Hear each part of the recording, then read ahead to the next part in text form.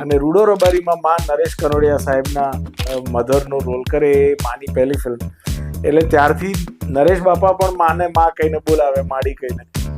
પણ મારા માટે માં પપ્પા હતા. મારા માટે ક્યારે માં નથી રહી, આખા ગામની માં અને મારો બાપ. પણ માતૃત્વ વાળો એકાદો, એટલે હું સમજુ છું કે બહુ સ્ટ્રિક્ટ હતા મેમ, તો પણ એકાદો કિસ્સો જેમાં માતૃત્વ બારોબાર હોય નાનપણનો, અત્યારનો નહીં? ખરેખર નથી. અચ્છા, સાચું કહું છું નથી. અને બીજું કે અમારે એવો રોલ પણ કરવાનો નથી આવ્યો. મારા કંભાગ્ય એવા છે કે મેં માની સાથે મા દીકરા તરીકે ક્યારે કામ જ નથી કર્યું. શામલી જે કલ્ટ સિરિયલ આપણી દૂરદર્શનની, જેમાં તમે લીડ કરતો હતો, એમાં એ મારી સાસુ બની. એટલે એમાં મારે એમની વડ ખાવાના વારા આવ્યા. Working with Amitabh Bachchan was not that great.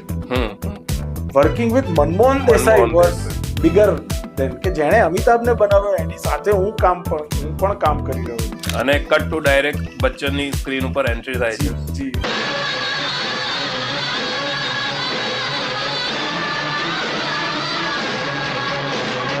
A dialog તમને યાદ હશે, આપણે સાંભળવો છે. અને એ મને ઉચકીને ફેંકે છે ને દાંત તૂટી જાય છે.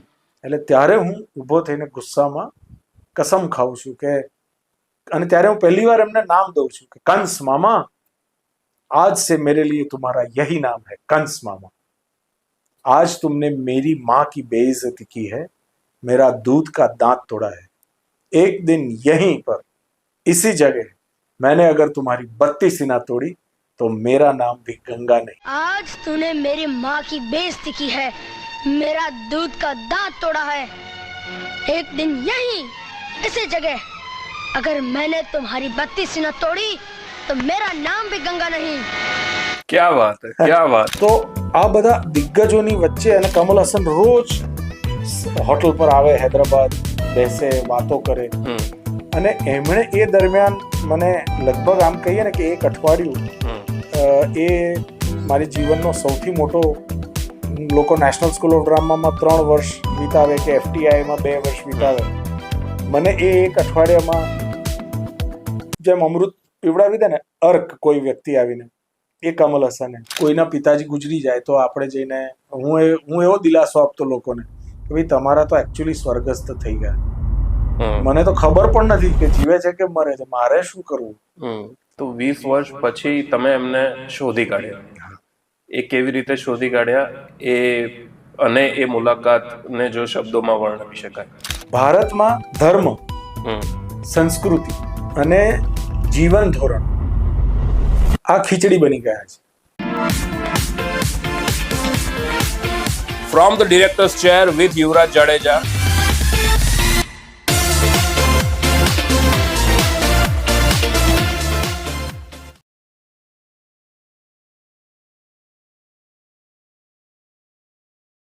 From the director's chair with Yuvraj Jadeja, તમારું સ્વાગત છે.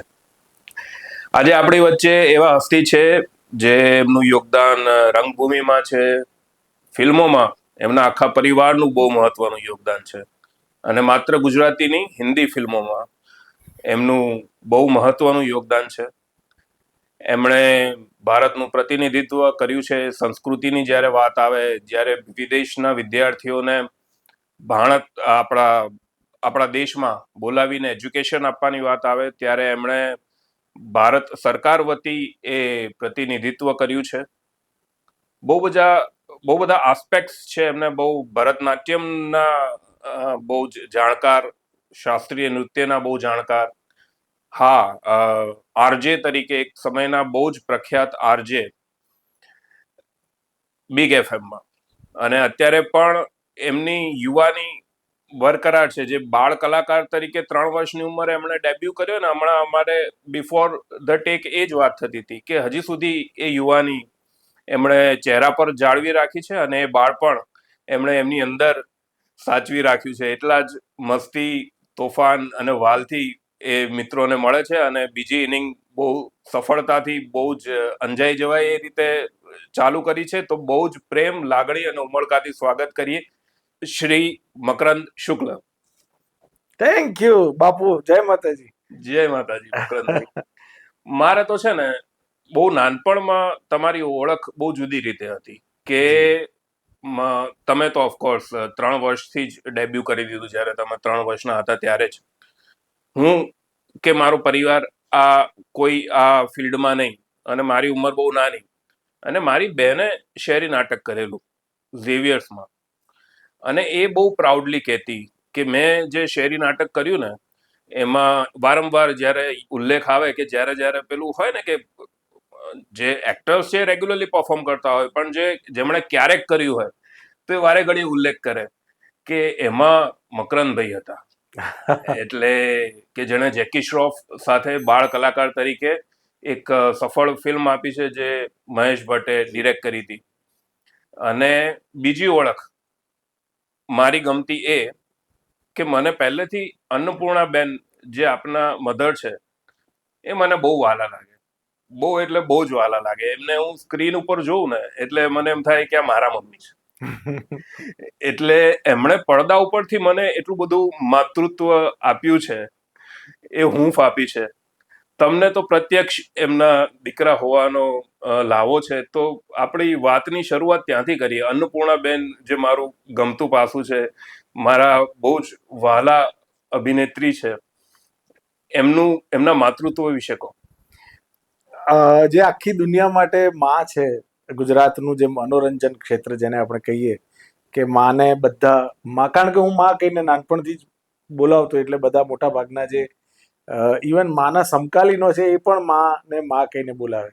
કારણ કે બહુ જ નાની ઉંમરથી માએ પોતાની ભર યુવાનીમાં એ નિર્ણય લીધેલો કે મારે હંમેશા કેરેક્ટર એક્ટર બનવું છે.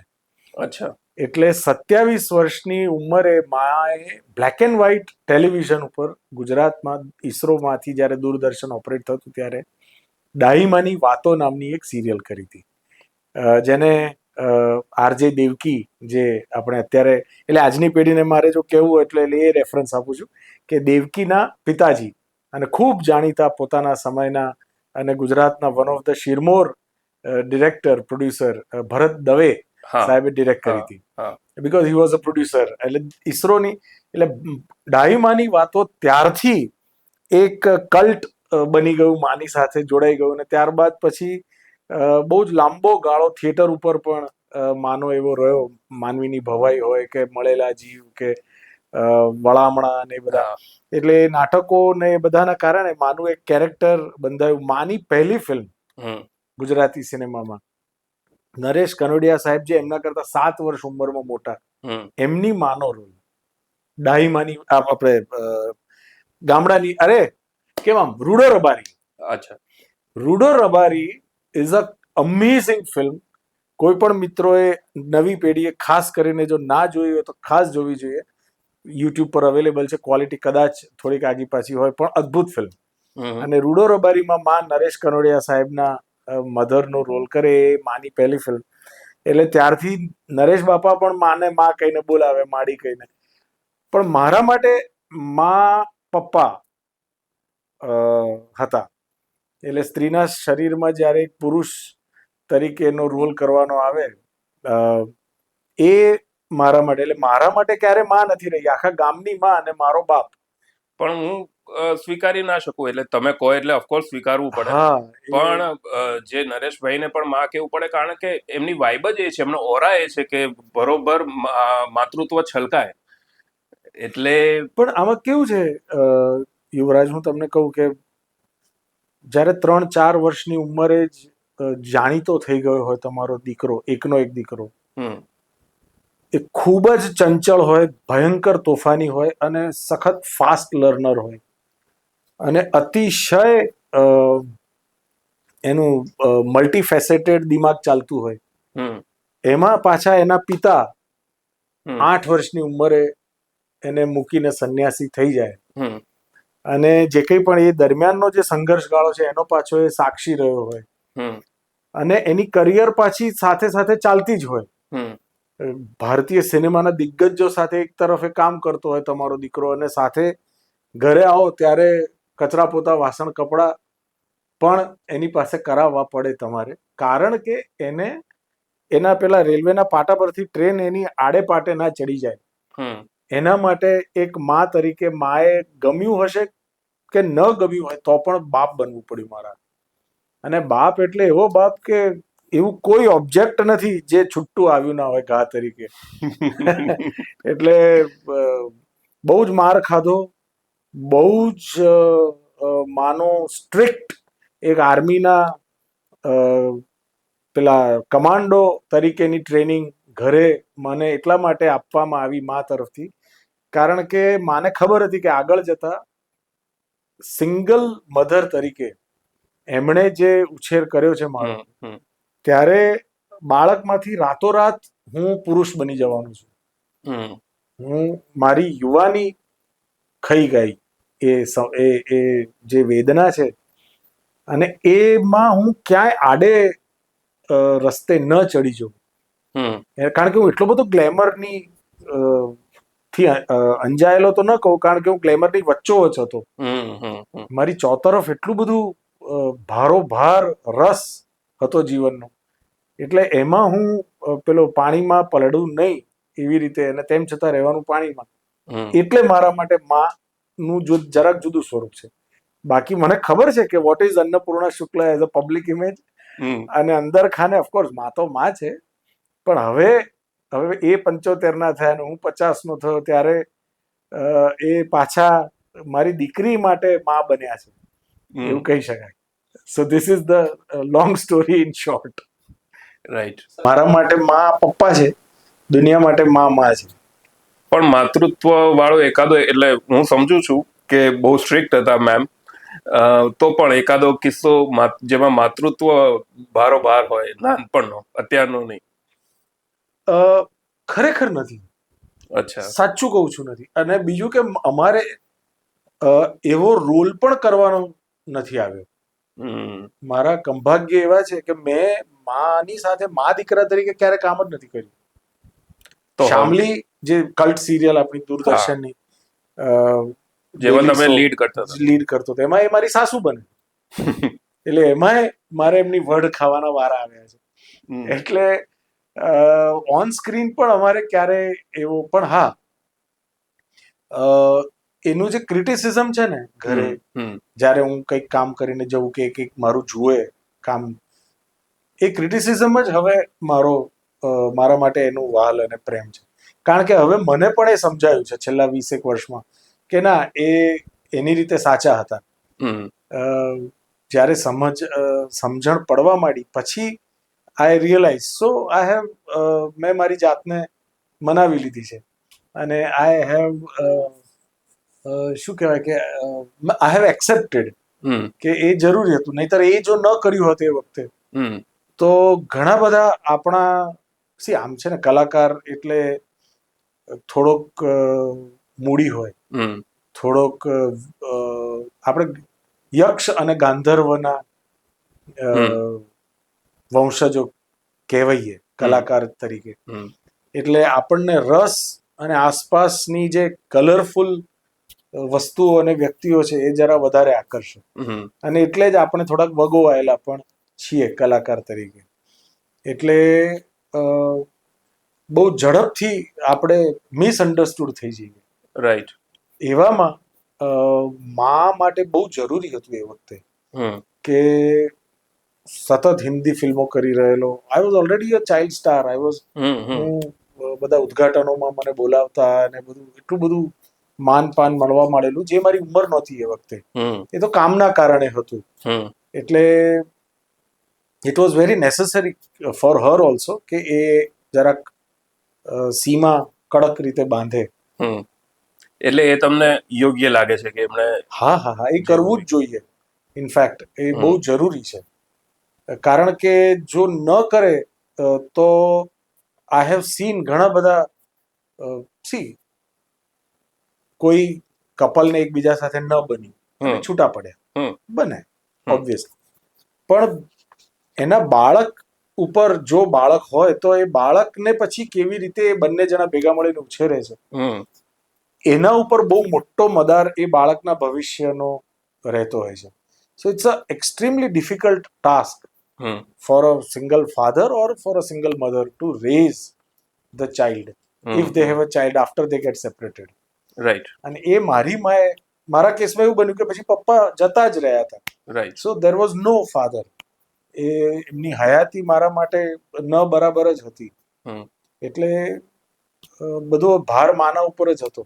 રાઈટ અને એને સરસ રીતે પપ્પા બનીને નિભાવ્યો. રાઈટ.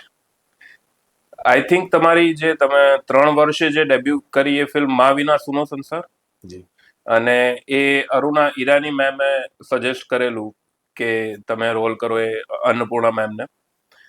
તો એ જે ઘટના થઈ, તમે 3 વર્ષે જ્યારે પહેલી વાર કેમેરો ફેસ કર્યો, તો એ 3 વર્ષની ઉંમર કારણ કે બહુ નાની છે, તો એ બધી યાદો હજી સચવાયેલી છે કે એ બધું જે આસપાસના લોકોએ એ વખતે જે કીધેલું એના આધારે એ બધી યાદો છે?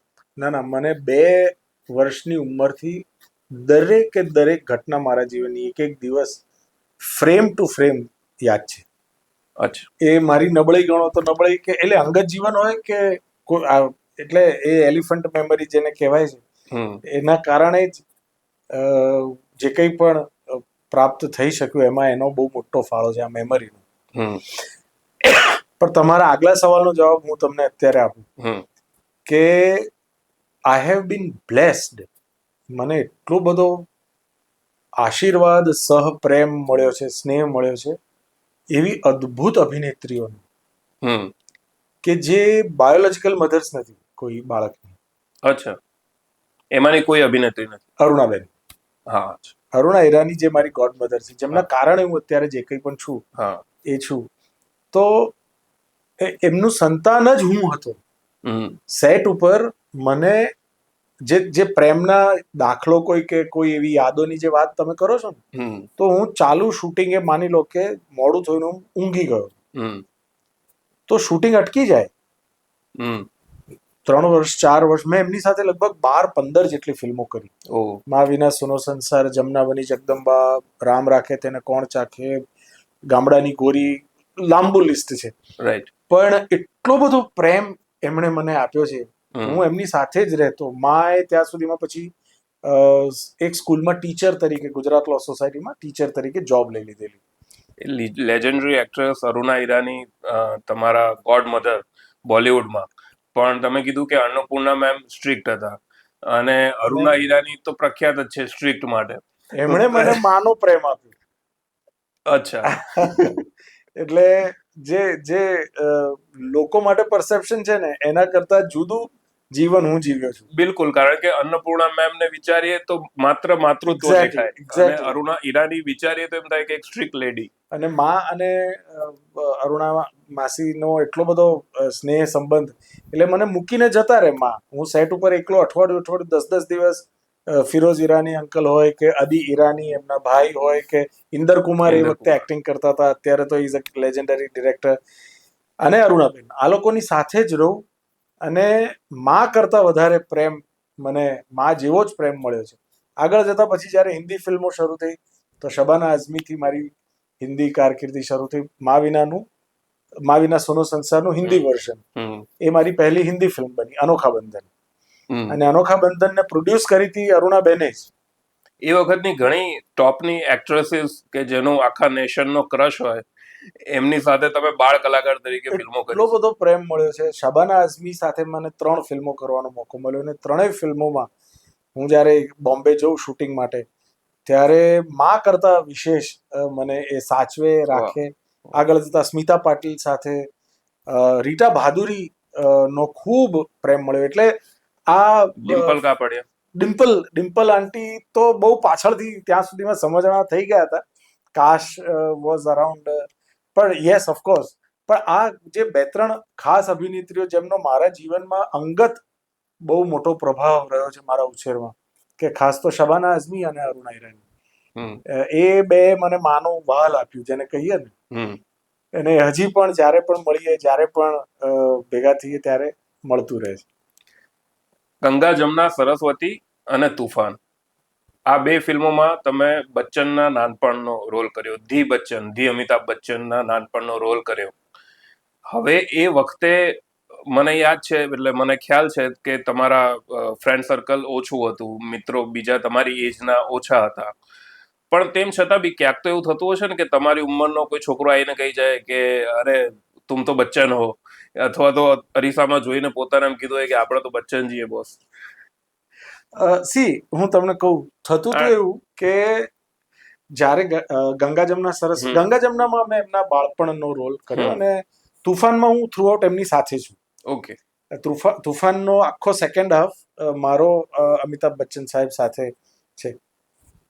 મજાની વાત એ હતી કે મારું જે ફેન ફોલોઈંગ હતું ને એ મારા મમ્મી પપ્પાની ઉંમરના હતા, અથવા જે તે વખતના કોલેજિયન્સ હતા. જ્યારે હું હતો 10, 12, 15 વર્ષનો, એટલે મારી સમકક્ષના છોકરા માટે કોણ અમિતાભ બચ્ચન, જેવું મારે અમિતાભ બચ્ચન એવું એને અમિતાભ બચ્ચન. અમિતાભ બચ્ચન તો બચ્ચામાં એ હતો ને. હા, પણ એટલે એક 12-15 વર્ષના બાળકને 1991માં અમિતાભ બચ્ચન શું છે એ સ્કૂલમાં ભણતા છોકરાને, 8મા 9માં ભણતા છોકરાને કદાચ એટલું ન હોય, પણ કોલેજમાં જતા છોકરાને, યુવાનને, યુવતીને કે એના એ બાળકના મમ્મી પપ્પા માટે અમિતાભ બચ્ચન બહુ મોટી ઘટના હોય, કારણ કે they are under the aura of the millennium star. એટલે મારું જે ફેન ફોલોઈંગ હતું એ લોકોના મમ્મી પપ્પા હતા, એટલે મારા કોઈ ફ્રેન્ડ્સ નહોતા. રાઈટ. ખ્યાલ આવે છે? Right. So I was always surrounded by એવા લોકોથી હું હંમેશા ઘેરાયેલો રહ્યો જે મારા કરતા બમણી ઉંમરના. સેટ ઉપર જઈએ તો બધા જેટલા પણ હોય ટેકનિશિયન, સિવાય કે કોઈ બીજું કોઈ ચાઇલ્ડ આર્ટિસ્ટ હોય તો વાત અલગ છે, જેવું ભાગ્યે જ બન્યું છે. પણ otherwise I was always surrounded by people who are double my age. એટલે એમના માટે હું બહુ મોટો, એટલે ઘણા મારા સ્કૂલમાં મારી સાથે જે ભણતા, અને ક્યારેક અઠવાડિયામાં, મહિનામાં 2-4-5 દિવસ સ્કૂલે જવાનો મોકો મળે તો મારા ક્લાસના જે બાળકો હોય એમના મમ્મી પપ્પા ખાસ મને મળવા આવે કે મારો ઓટોગ્રાફ લઈ જાય. એના કારણે મારી ક્લાસમાં, મારી બેન્ચ પર, મારી બાજુમાં બેસતા મિત્રોને મારી ઈર્ષ્યા થતી કે આ કયું જંતુ છે કે જે મહિનામાં 5 દિવસ આવે છે અને મારા મમ્મી પપ્પા એને મળવા માટે આવે છે, સેલિબ્રિટી આવે છે, 5 દિવસ આવે છે પણ સેલિબ્રિટી આવે. ફાઇનલ એક્ઝામ આપતો નથી અને તોય પાસ થઈ જાય છે. એટલે આવું વિચિત્ર જીવન રહ્યું છે. અમિતાભ બચ્ચન ઓફકોર્સ બહુ સારી મેમરીઝ હશે, કોઈ એકાદી મેમરી તમે શેર કરવા જો? See he is a legend. Amitabh Bachchan એ પર્યાય છે ગુજરાતી સિનેમા, હિન્દી સિનેમાનો જો આપણે કહીએ તો. એટલે એમનાથી મોટા કોઈ થયા નથી ને થશે નહીં. એમની પહેલા થયા જે ઇઝ નોટ ધ ફર્સ્ટ.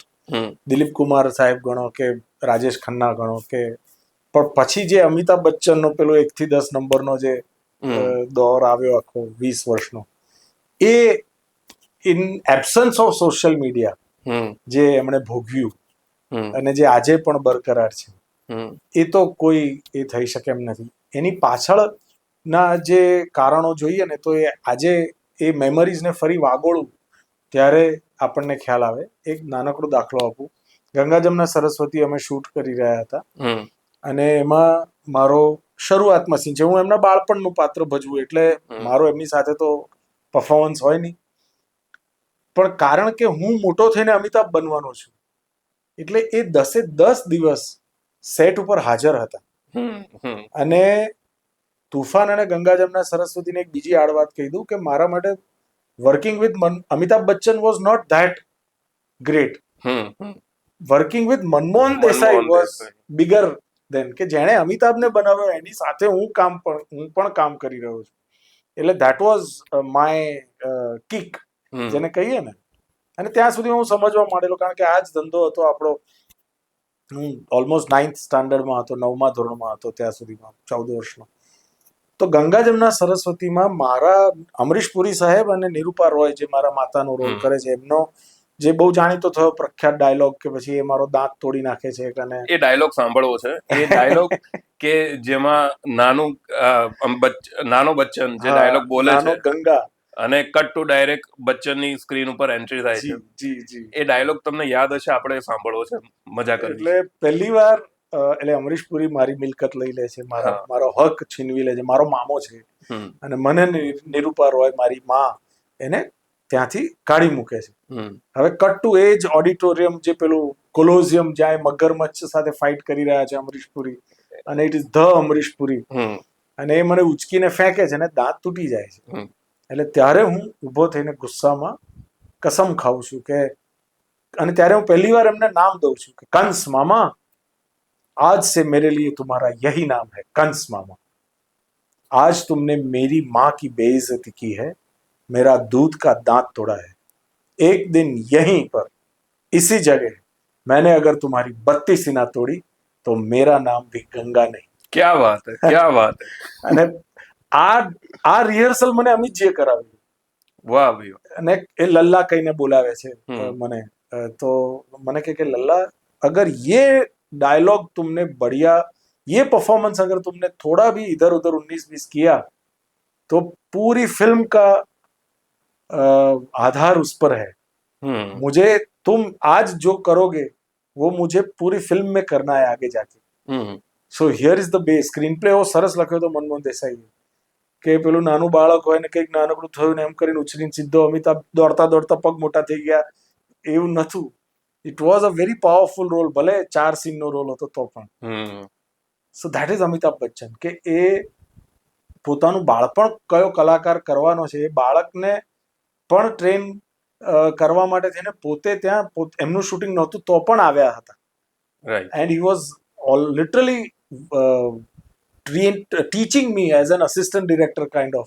હમ કે એટલે એમણે મનમોહન દેસાઈને કહેલું કે इसको ये डायलॉग, ये सॉलिलॉकी पूरी एक पानानी आखी सॉलिलॉकी है, लांबो डायलॉग है, कि ये मैं उसको करवाऊंगा क्योंकि आगे चल के मुझे इसी के ऊपर चलना है. આપણે નાયિકાઓની વાતો કરી. એ વખતના નાયક મને ખ્યાલ છે એ મુજબ કિરણ કુમારની પર્સનાલિટીથી તમે ઇમ્પ્રેસ હતા. હા, સંજીવ કુમારના પરફોર્મન્સીસ તમને ગમતા, અને સૌથી વધારે તમારા ફાધરને તમે એડપ્ટ કર્યા છે એક એક્ટર તરીકે. તો આ બધા દિગ્ગજોની વચ્ચે મકરંદભાઈ એક કલાકાર તરીકે કેવી રીતે ઘડાયા? ક્યાંથી શું તમે ઇન્સ્પાયર થયા કે આ બાબત હું સંજીવ કુમારથી ઇન્સ્પાયર થયો, આ બાબત હું કિરણ કુમારથી ઇન્સ્પાયર થયો, આ બાબત હું મારા પિતાથી ઇન્સ્પાયર થયો? એક એક્ટરની જે પ્રોસેસ છે એમાં સી બે વસ્તુ છે. એક તો જે એક્ટરનું ડિસિપ્લિન છે એ અમિતાભ બચ્ચન સાહેબ પાસેથી શીખવા મળ્યું. એમના સિવાય એમના જેટલું શિસ્તબદ્ધ કલાકાર મેં આજ સુધી, આટલા હજારો કલાકારોની સાથે કામ કર્યું, એમની અંડરમાં કામ કર્યું, ને મારી અંડરમાં પણ કેટલા બધા કલાકારોએ, પણ આટલું બધું શિસ્ત, પોતાના કામને આટલું સિરિયસલી લેતું હોય એવું કોઈ વ્યક્તિ મેં હજી સુધી બીજું આ ક્ષેત્રમાં જોયું નથી. ને એટલે જ સર્વવિદિત છે કે ભાઈ અમિતાભ બચ્ચન ઇઝ અમિતાભ બચ્ચન. રાઈટ. અને સો એ એક વસ્તુ કે ભાઈ આપણે કલાકાર છીએ બરાબર છે, પણ અને કલા બહુ જ ફ્રેજાઇલ અને જળકમળવત અને બહુ જ હા ચાલે ઠીક છે, મૂડ આવે ત્યારે કરીશું, મેં અભી अपने मेथड में जा रहा हूँ, अभी मुझे वो टाइम चाहिए, એવું કશું જ નહીં ભાઈ. પણ ક્યારે ઘડિયાળના કાંટે રાઈટ ડિરેક્ટર કે એટલે પેલું ચાવી ભરો ને કેવું વાંદરાનું રમકડું લગાડવા માંડે, રાઈટ, નાચવા માંડે, એ પ્રિસિઝન સાથેની તૈયારી સાથે આટલો બધો રૂએ જીવ હોય એવો માણસ મેં આજ સુધી બીજો નથી જોયો. અને ઇન્ટ્યુટિવનેસ, જે કલાકાર તરીકેની જે અંદરૂની જે છે કે તમારો અંદરનો અવાજ તમે કેટલો વધારે સાંભળીને ઇમોટ કેવી રીતે કરો છો, એ સંજીવ કુમાર સાહેબ સાથે પાસે. અને મારાથી વધારે નસીબદાર બીજું કોઈ કદાચ સચિન પિલગાંવકર સાહેબ મારી આગળની પેઢીમાં એટલા નસીબદાર રહ્યા છે કે જેમણે બંને સાથે કામ કર્યું છે. માસ્ટર બિટ્ટુ રહ્યા છે, અને ત્યારબાદ કદાચ હું છું ઇતિહાસમાં બાળ કલાકાર તરીકે જેમણે અમિતાભ બચ્ચન અને સંજીવ કુમાર બંને સાથે કામ કર્યા હોય. એટલે જો તમે આમ જોવા જાઓ ને તો એ બંને એક્સ્ટ્રીમ્સ છે. એક્સ્ટ્રીમ્સ. અમિતાભ બચ્ચન કહે છે, જાહેરમાં કહે છે, I am not an actor, I am a good student. અને એમણે એ ભણીને તૈયારી પોતાની જાતને કરીને એમણે આ લેવલ અચીવ કર્યું છે. જ્યારે Sanjeev Kumar was born great. Hmm એમનામાં ટાઈમ કે શિસ્ત નામનું 1% પણ ગુણ નહોતો. અચ્છા. અને તોય એમના કરતા વધારે મહાન કઈ કલાકાર ભારતમાં પેદા નથી થયો when it comes to hmm character performances. અને એમની છેલ્લી ફિલ્મ રાહી માં એમની સાથે મને કામ કરવાનો જ્યારે મોકો મળ્યો ત્યારે એ ઓબ્ઝર્વ કરી અને આજે પણ પાછા મેમરી લેનમાં જઈને કંઈક શીખવા મળે છે કે આને આ રીતે કરી શકાય. રાઈટ. પપ્પાના પરફોર્મન્સીસ વિશે એમના મિત્રોએ મને જ્યારે કહ્યું સમજણા થયા પછી, અને હું જે કંઈ એમાંથી ઇમ્બાઇબ કર્યું અને થોડું ઘણું ઈસરોના જૂના વિડીયો ફૂટેજીસ ને એ બધું, ત્યારે બાકી આમ મને ડાયરેક્ટલી પપ્પાએ કંઈ બહુ આમ શીખવાડ્યું હોય, કારણ કે હું 7-8 વર્ષનો હતો અને એમણે સંન્યાસનો માર્ગ લઈ લીધો, એટલે એમની પાસેથી સમજણપૂર્વકનું જ્ઞાન નથી મળ્યું મને ક્યારેય. પણ એઝ એન એક્ટર એવું ક્યારે તમે પ્રયત્ન નથી કર્યો કે આજે હું મારા ફાધર જેવું કરું, કે આજે સંજીવ કુમાર જેવું કરું, કે આજે કંઈક ના, કિરણ કુમાર જેવું કરું? ના ના ના, કારણ કે પપ્પાનું તો મને ખબર જ નથી. ઘણા લોકો જ્યારે જોઈને એમ કે જેમણે પપ્પાને પણ જોયા હોય ને મને પણ જોયો હોય, એમ કે આ તે તારા બાપ જેવું કર્યું, હો આ જે તે ફોડ્યું ને આ હ્યુમર, એ એવું મમ્મી કાં તો માં ઘણીવાર મને કે યાદ અપાવે કે, પણ consciously it has never bin so. I have always tried કે બધા કલર્સ મિક્સ કરી અને કંઈક પોતાનો કલર ઊભો કરવો. બીજી ઇનિંગમાં તમે જે એક યાદગાર ફિલ્મ કરી કારખાનું, એમાં તમે ઘણું સારું હ્યુમર ફોડ્યું છે. એટલે એ ધેટ અગેન મને એક વસ્તુ સમજાઈ, એ જે હું તમને કહું 1 મિનિટ જો મળે તો, મેં એક ફિલ્મ કરેલી કુંવારી બહુ, જેમાં તનુજા એટલે કાજોલના મમ્મી અને પોતાના જમાનાની દિગ્ગજ અભિનેત્રી, એ મારી મા બને. અને એમાં સાથે સારિકા, અગેન વન્ડરફુલ એક્ટ્રેસ અને પોતે પણ ચાઇલ્ડ આર્ટિસ્ટ રહી ચૂકેલા એવા અભિનેત્રી હતા. સો અને સારિકાને એ વખતે લિવિનમાં તેઓ હતા કમલ હસન સાહેબ સાથે, અને હૈદરાબાદમાં અમે સ્ટાર્ટ ટુ ફિનિશ એ ફિલ્મ શૂટ કરેલી. તો આ બધા દિગ્ગજોની વચ્ચે અને કમલ હસન રોજ હોટલ પર આવે હૈદરાબાદ, બેસે, વાતો કરે. અને એમણે એ દરમિયાન મને લગભગ આમ કહીએ ને કે 1 અઠવાડિયું એ મારી જીવનનો સૌથી મોટો, લોકો નેશનલ સ્કૂલ ઓફ ડ્રામામાં 3 વર્ષ વિતાવે કે FTIમાં 2 વર્ષ વિતાવે, મને એ 1 અઠવાડિયામાં જેમ અમૃત પીવડાવી દે ને અર્ક કોઈ વ્યક્તિ આવીને, એ કમલ હસને મને શીખવાડ્યું, જે બેઝિક્સ જેને ફંડામેન્ટલ્સ કહીએ એક્ટિંગના. એટલે અને ત્યારથી એક વાત કે it's not acting is about reacting. Yes yes. આ એક વાક્ય પર બહુ લાંબો સમય વિચાર કર્યા પછી કોઈ પણ સરસ પરફોર્મન્સ ફૂટતું હોય જ્યારે, તો એમાં એટલો જ ફાળો સાથી કલાકારોનો પણ હોય છે. સો આઈ વોઝ બ્લેસ્ડ કે મારી સાથે અર્ચન ત્રિવેદી હતા, અમારા ડિરેક્ટર બહુ સરસ પોતાનું, કારણ કે કાઠિયાવાડી છે એટલે પોરબંદરનું હ્યુમર લઈને રિષભ થાનકી અને પાર્થ મધુકૃષ્ણ, અને એ લોકોની સાથે દધીચી ઠાકર કરીને એક બહુ અદ્ભુત એક્ટર એમાંથી આપણને મળ્યા. એ બહુ ઓછું કામ કરે છે, એની પહેલી ફિલ્મ કારખાનું એકચ્યુઅલી. સો માહોલ મસ્ત મળી જાય તો પછી તમને પણ પ્રોપર પિચ સરસ હોય તો તમને ખુલીને બેટિંગ કરવાની મજા આવે. સો કારખાનું ઇઝ ઓલ અબાઉટ ધેટ. 7-8 વર્ષની ઉંમર તમે કીધું, પિતા જે એક્ટર તરીકે સક્રિય હતા, અચાનક એ સંન્યાસ લે છે, એવી કોઈ પહેલેથી આગામી અણસાર હતો? એ ઘટના કેવી રીતે થઈ જ્યારે પિતાનું જીવનમાંથી ચાલ્યા જવું, એ એક્ઝેક્ટલી કેવી રીતે થયું? અગેન જેમ મેં કહ્યું ને કે કલાકાર થોડોક અલગારી હોય, જો સાચો કલાકાર હોય એ થોડુંક હટેલી પ્રજા હોય છે, એ થોડાક એન્ટી સોશિયલ કહી શકાય, એ લિમિટ પર રહેતી પ્રજા હોય છે.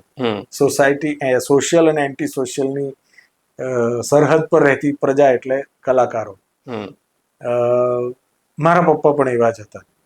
એમને હંમેશા આ દિવાલની પેલે પાર શું છે એ જોવામાં રસ વધારે હતો. આદિ ભૌતિક અને અગોચર અને કલાકાર એટલે શું, મેં कौन हूँ, मैं क्यों हूँ, मैं यहाँ क्यों आया हूँ और यहाँ से कहाँ जाऊंगा, આત્મખોજ. આત્મખોજ, દુનિયા વિશેની બધી ખૂબ એમને એની જીજીવિષા અને જિજ્ઞાસા વૃત્તિ સામાન્ય કરતા 3 ગણી હતી. અને એવા જ પછી એમને મિત્રો પણ થોડાક મળ્યા અને પછી હી was a very good actor, very good director.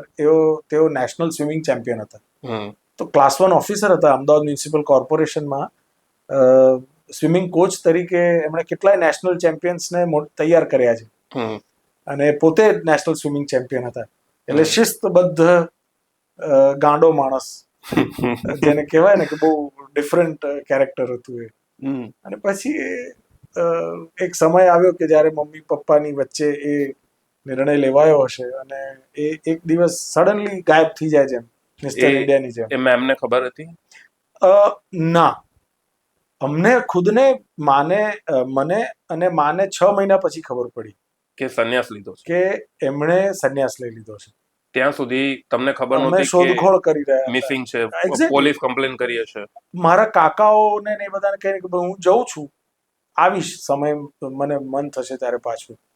અત્યારે હું આઈ એમ જસ્ટ ગોઈંગ. પણ એ સંન્યાસ લઈ લેશે અને સદંતર એક નાગા બાવા સંન્યાસી તરીકે 20 વર્ષ હિમાલયમાં જતા રહેશે અને એ વર્ષો દરમિયાન એ જીવે છે કે ગુજરી ગયા છે કે એમનું શું થયું અમને કોઈ જ ખબર નહોતી. 6 મહિના પછી એ વાતની જાણ કેવી રીતે થઈ કે સંન્યાસ લીધો છે? મારા એક અંગત સ્વજન, મારા કાકા થ્રુ જ ખબર પડી.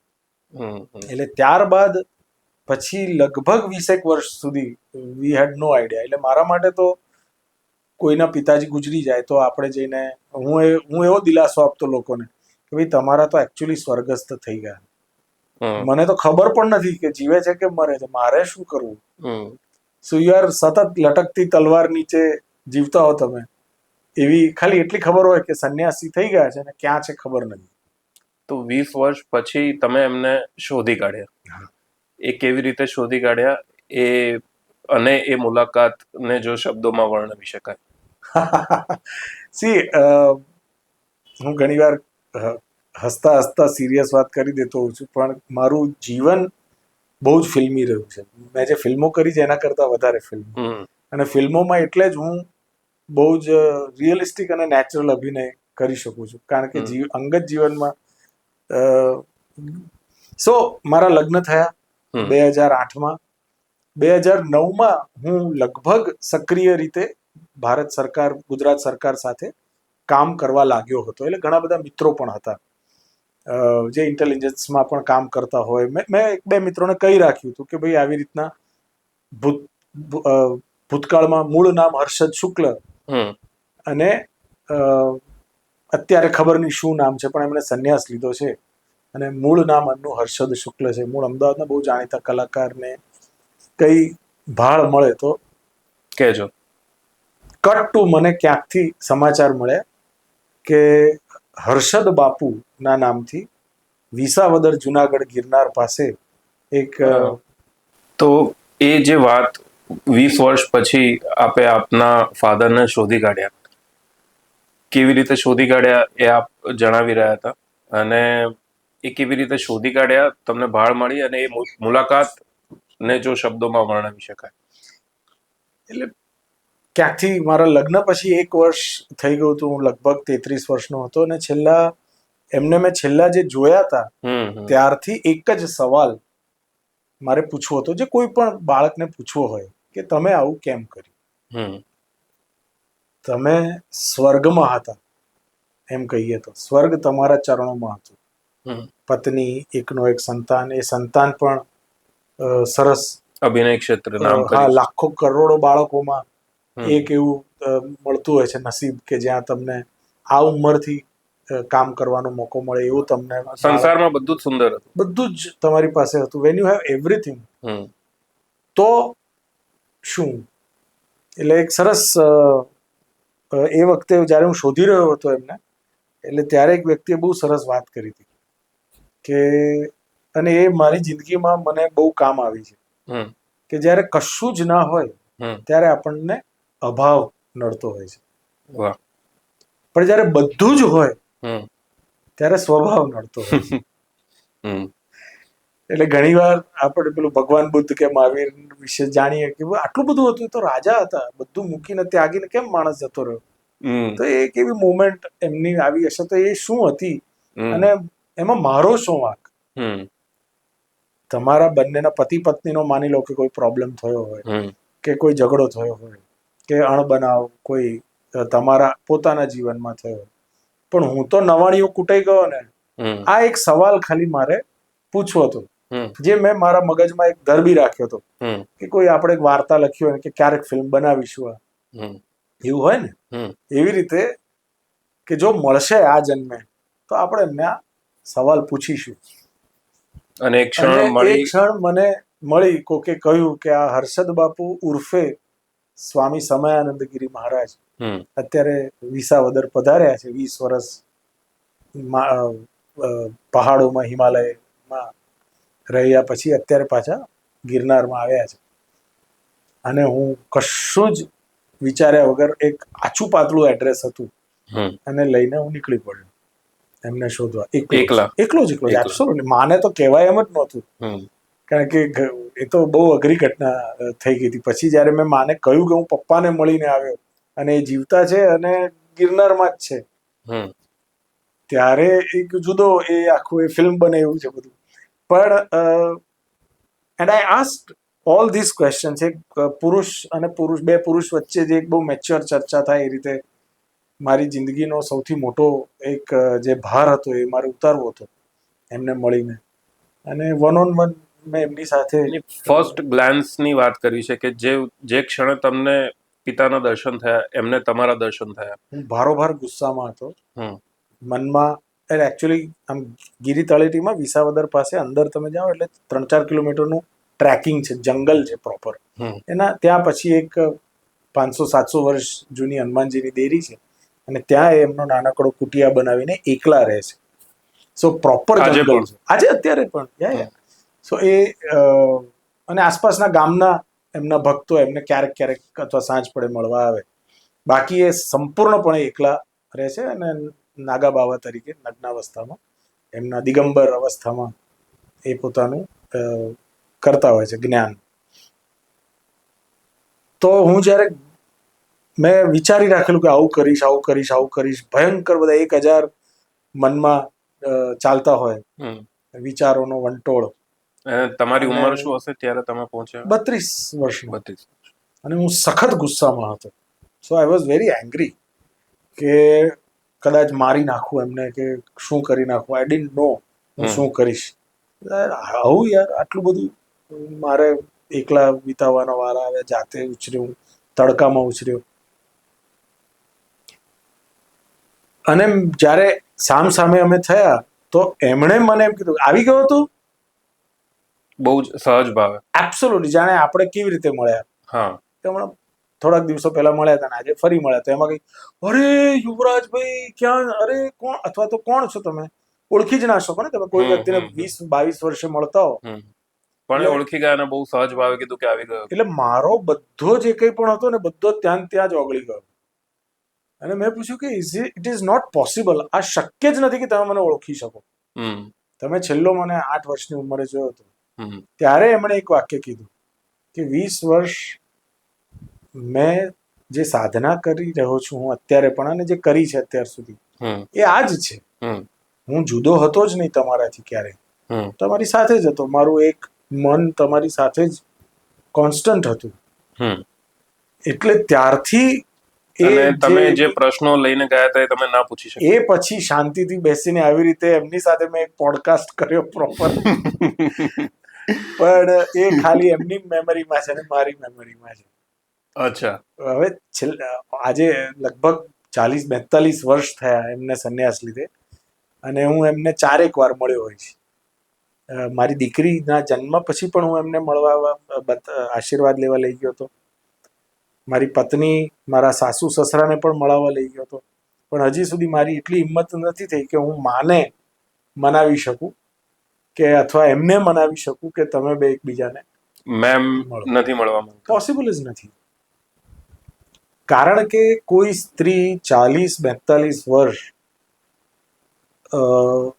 એકલપંડે હમ સમાજમાં પોતાનું માન સન્માન જાળવીને જીવી હોય અને કલાકાર તરીકે પોતાનું ચારિત્ર અને પોતાની શું કહેવાય સ્વાભિમાન આટલું ઊંચું જાળવીને જીવી હોય તો એ કેટલું અઘરું એને પડ્યું હશે એની આપણે માત્ર કલ્પના જ કરી શકીએ એના પોઈન્ટ ઓફ વ્યૂથી. તો એ તો પૂજ્ય છે. એ જે સ્ટ્રગલ છે એ સંઘર્ષ છે એના માટે તો ક્યારે માફ ન કરી શકાય ક્યારે કોઈને પણ ગમે તેનો વાંક હોય. હમ હમ હમ. પણ પણ તમે હવે આજે See, પણ પ્રયત્ન નથી કરતા એમને મનાવવાનો કે ના ભાગી જવું જતું રહેવું બહુ જ સહેલું છે. હમ એ તો યશોધરાને પણ બુદ્ધ ભગવાને જ્યારે મળે છે ત્યારે કહ્યું હતું કે મારા કરતા તું વધારે મહાન છું. હમ તે રાહુલને ઉછેર્યો, તું સંસારમાં રહી. ઇટ ઇઝ વેરી ઇઝી કપડાં કાઢીને નીકળી જવું હમ અને પછી પોતાની એક સ્વાર્થ એ પણ એક સ્વાર્થ છે ને. હમ તમે સીકર તરીકે નીકળી ગયા એક યાત્રાએ હમ અને તમે પછી ભલે મહાન બન્યા પણ તમે મહાન બન્યા પણ કાં તો તમારે પરણવું નહોતું. જો એ કરવું હતું તો એ ડિસિઝન પહેલા લઈ લેવાનું હતું. હમ પણ એક પુરુષ તરીકે ખાસ કરીને આપણા સમાજમાં પુરુષ પ્રધાન સમાજમાં જ્યારે તમે એક આવી રીતે નીકળી જાઓ છો હમ હમ તો પાછળ જે પરિવાર રહી જાય છે તમારો ફર્સ્ટ ફેમિલી અને ત્યારબાદ મારી દાદી હમણાં જ 4-5 વર્ષ પહેલા ગુજરી ગયા. એ છેક સુધી એ મારા પિતાને નથી જોઈ શક્યા છેલ્લા દિવસોમાં પણ. એટલે એક માએ પોતાના દીકરાને હોય તેમ છતાં ન હતો હોય ખબર જ નથી શું છે શું નહીં. એક પત્નીને ખબર નથી કે 40 વર્ષથી મારો વર ક્યાં છે. આજે હમણાં તમે કહી રહ્યા હતા કે એમની તબિયત આજકાલ સારી નથી રહેતી, તો તમે એ આજની તારીખે એમની સંભાળ રાખો છો કે અપડેટેડ કે એમની તબિયત કેમ છે? અપડેટેડ રહીએ છીએ કારણ કે સોમાન અને ટણી તો એમની પણ એટલી જ છે. એટલે સંભાળ રાખી નથી શકાય. મારી લેવા માંગતા નથી. અચ્છા. એટલે હાલ એમની ઉંમર શું હશે? એ 75 પ્લસ. અને મોર ઓવર એમની તબિયત સારી છે? હા હા આ અત્યારે એટલે વચ્ચે જે ચોમાસું શિયાળો આવ્યો એ દરમિયાન જરાક તકલીફ થઈ હતી એમની, પણ બાકી બહુ જ હજી પણ સ્વિમિંગ કરે છે. તમારી દીકરીને મળવા લઈ ગયા ત્યારે તમારી દીકરીનો શું પ્રતિભાવ હતો? ચલો ને એમને લઈ આવીએ ને પાછા, આપણે એમને પાછા લઈ આવીએ ને. પણ પછી એને પણ સમજાવવું થોડુંક, પણ એનો બાપ છે. મારી દીકરીનો એક બાપ છે જે એને બહુ જ પ્રેમ કરે છે, જે એને મા અને બાપ બંને ભેગા મળીને જે એક કુટુંબ પૂરું કરે એ અમે બંને કરીએ છીએ. એટલે એને એક ફેન્ટસી છે દાદાને મળ્યાની. એનાથી વિશેષ હજી એની એ સમજણ આવી નથી. એના મનમાં દાદા માટે શું પૂજ્ય ભાવ છે, રિસ્પેક્ટ કરે છે? હા હા હા બહુ જ. એ ઘણીવાર એટલે મારી માને પણ એ ઘણીવાર કહેતી હોય. હવે તો એ બેનપણીઓ જેવા બની ગયા છે, 15 વર્ષની થઈ મારી દીકરી એટલે. સો દાદીને ઘણીવાર ચલો ને દાદાને મળવા, અને કાં તો એમ કે હું દાદાને લેતી આવું તમારી પાસે. તમારી આગળ વારંવાર એવું કે ચલો ને દાદાને મળવા જઈએ કે ના, એને અમે એના પોતાના જીવનમાં એટલી બધી વ્યસ્ત રાખી છે. પણ 4-5 વર્ષ પહેલા હું એને મળવા લઈ ગયેલો જ્યારે 10 વર્ષની થઈ ત્યારે. ત્યાર પછી એ પણ મળી નથી. સો ઇટ્સ દર 5-7 વર્ષે ક્યારેક એ બાજુ નીકળીએ અથવા કંઈક એવું થાય તો અમે એમને મળવા જઈએ, કારણ કે એ તો સંસારમાં આવવાના નથી. આપે કહ્યું કે એમણે ભૂલ કરી છે, અમુક બાબતો માટે માફ ન થઈ શકે, છતાં આધ્યાત્મના એ જે લેવલ ઉપર છે, તમે કીધું આજે પણ 75 સ્વિમ કરે છે, એક વર્ગ છે જે એમને પૂજ્ય ભાવે જુએ છે. આવા પિતા માટે એક ક્ષણ એક લેયર એ પણ આવતું હશે ને કે બહુ જ રિસ્પેક્ટ થાય કે અરે મને મારી જિંદગીના જે સૌથી મહત્વના 2 મંત્ર જેને કહીએ કે જેના આધારે આપણે તરી શકીએ બાકીની જિંદગી, એ એમણે જ આપ્યા. કારણ કે I was a very confused youth. અને એક ગુજરાતી ફિલ્મ આવી ગઈ રાડો. રાડોમાં જે યશનું કેરેક્ટર છે ને એના કરતા 3 ગણું વધારે હું એગ્રેસિવ અને જનૂની અને ગાંડો હતો મારી યુવાની. અને હોય જ, કોઈ પણ વ્યક્તિ હોય, કારણ કે જેણે આ રીતની જીવન જીવ્યું હોય તો ઇટ્સ ઓબ્વિયસ. પછી જ્યારે હું બીજી વાર પપ્પાને મળવા ગયો, પહેલી વાર તો ઇટ વોઝ વેરી ફોર્મલ. પછી ખબર પડી કે હવે તમે અહીંયા જ રહેવાના. એક બહુ સરસ 2 વાક્યો એમણે મને કીધા. મેં કહ્યું મને કંઈક આપો લઈ જવા માટે પાછું પિતા તરીકે. એટલે એમણે બહુ સરસ વાત કરી. એક કે इस क्षण से ज्यादा अच्छा समय आपकी जिंदगी में और कोई नहीं होता. અત્યારે આપણે આ વાત કરી રહ્યા છીએ, આ જ સત્ય છે. અને આનાથી શ્રેષ્ઠ ક્ષણ બીજી કોઈ છે જ નહીં. આ પોડકાસ્ટ પત્યા પછી શું થશે અને આ પોડકાસ્ટ પહેલાની જે ઘટના છે એના પહેલા આ જે થયું એ જ, અને જે થઈ રહ્યું છે અને એ સતત થઈ રહ્યું છે. એટલે ધીસ ઇઝ વોટ મેટર્સ. इस क्षण से ज्यादा अच्छा समय आपकी जिंदगी में और कोई नहीं होता. અને બીજી એક બહુ સરસ વાત કરી જેણે મારી જિંદગીનો પર્સપેક્ટિવ બદલી નાખ્યો, જે મને ડિપ્લોમસીમાં બહુ કામ આવ્યું. જ્યારે હું ભારત સરકાર સાથે ડાયરેક્ટલી કામ કરતો થયો અને 12 વર્ષ હું એક્ટિંગ અને ઇન્ડસ્ટ્રીથી મનોરંજનની દુનિયાથી બહાર જતો રહ્યો, અને એ આખી એક જુદી જ દુનિયા છે. તો એમાં મને આ બીજો મંત્ર બહુ કામ આવ્યો. એમણે કીધું કે જો તું ઓડિયન્સ બની જા. અચ્છા. તું અત્યાર સુધી તારી જાતને પરફોર્મર માને છે, તારી એવી ઈચ્છા છે કે લોકો મને જુએ અને મને મારી વાહવાહી કરે, તને પ્રશંસા કરે. એના કરતા for a change you go to the audience, you become the audience, અને દુનિયાને પરફોર્મન્સની પોઈન્ટ ઓફ વ્યૂથી જોવાનું ચાલુ કર. એનાથી જે ડિટેચમેન્ટ વાળો ભાવ આવશે એ બહુ કામ આવશે. And it really worked for me and I took it seriously also. અને પછી ફરગોટન તો થઈ શકશે નહીં, પણ આઈ હેવ ફરગીવન માય ફાધર.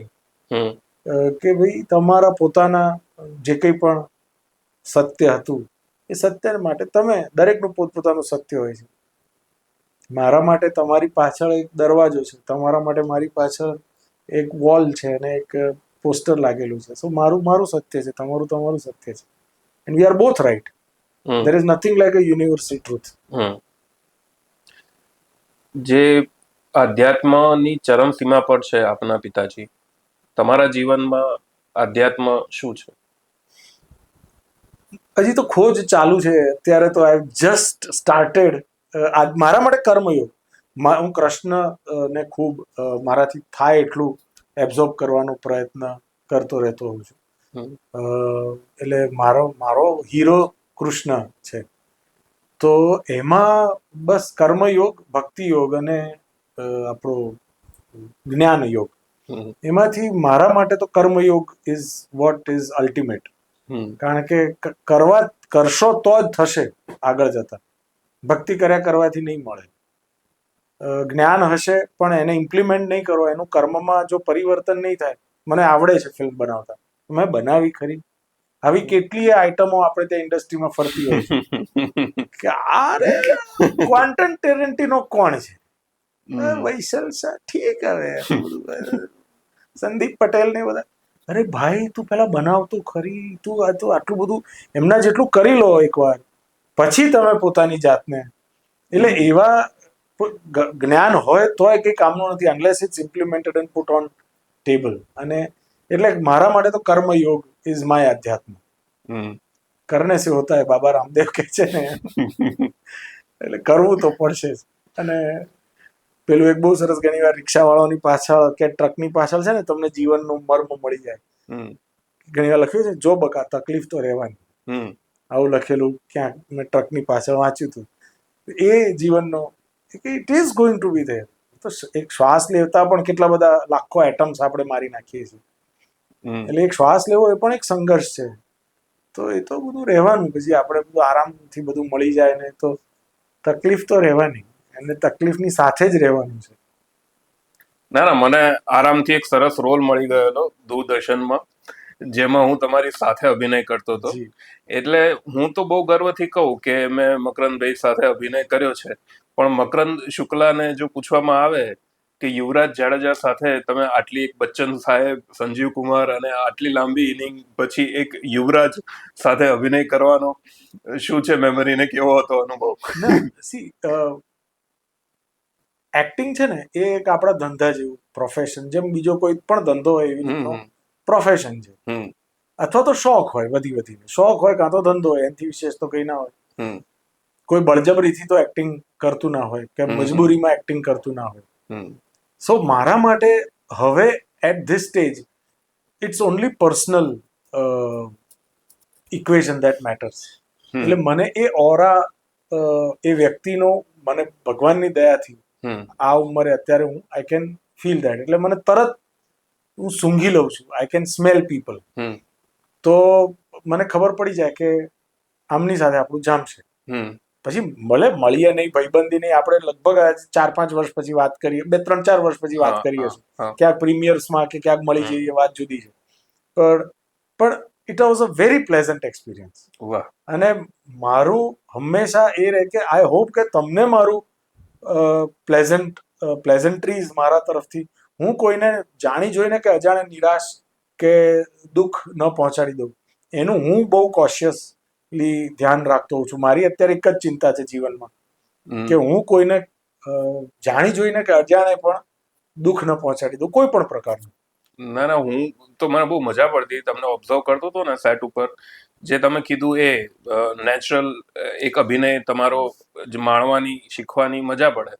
પણ બીજી એક વાત, આજે તમે આખું પેલા બોલ્ડ લુક સાથે આયા છો, હવે વાળ સફેદ રાખો કે કાળા રાખો, ક્યારેક મૂછો રાખો, ક્યારેક ના રાખો, ક્યારેક દાઢી રાખો, બધા લુકમાં તમે એટલા સોહામણા લાગો છો.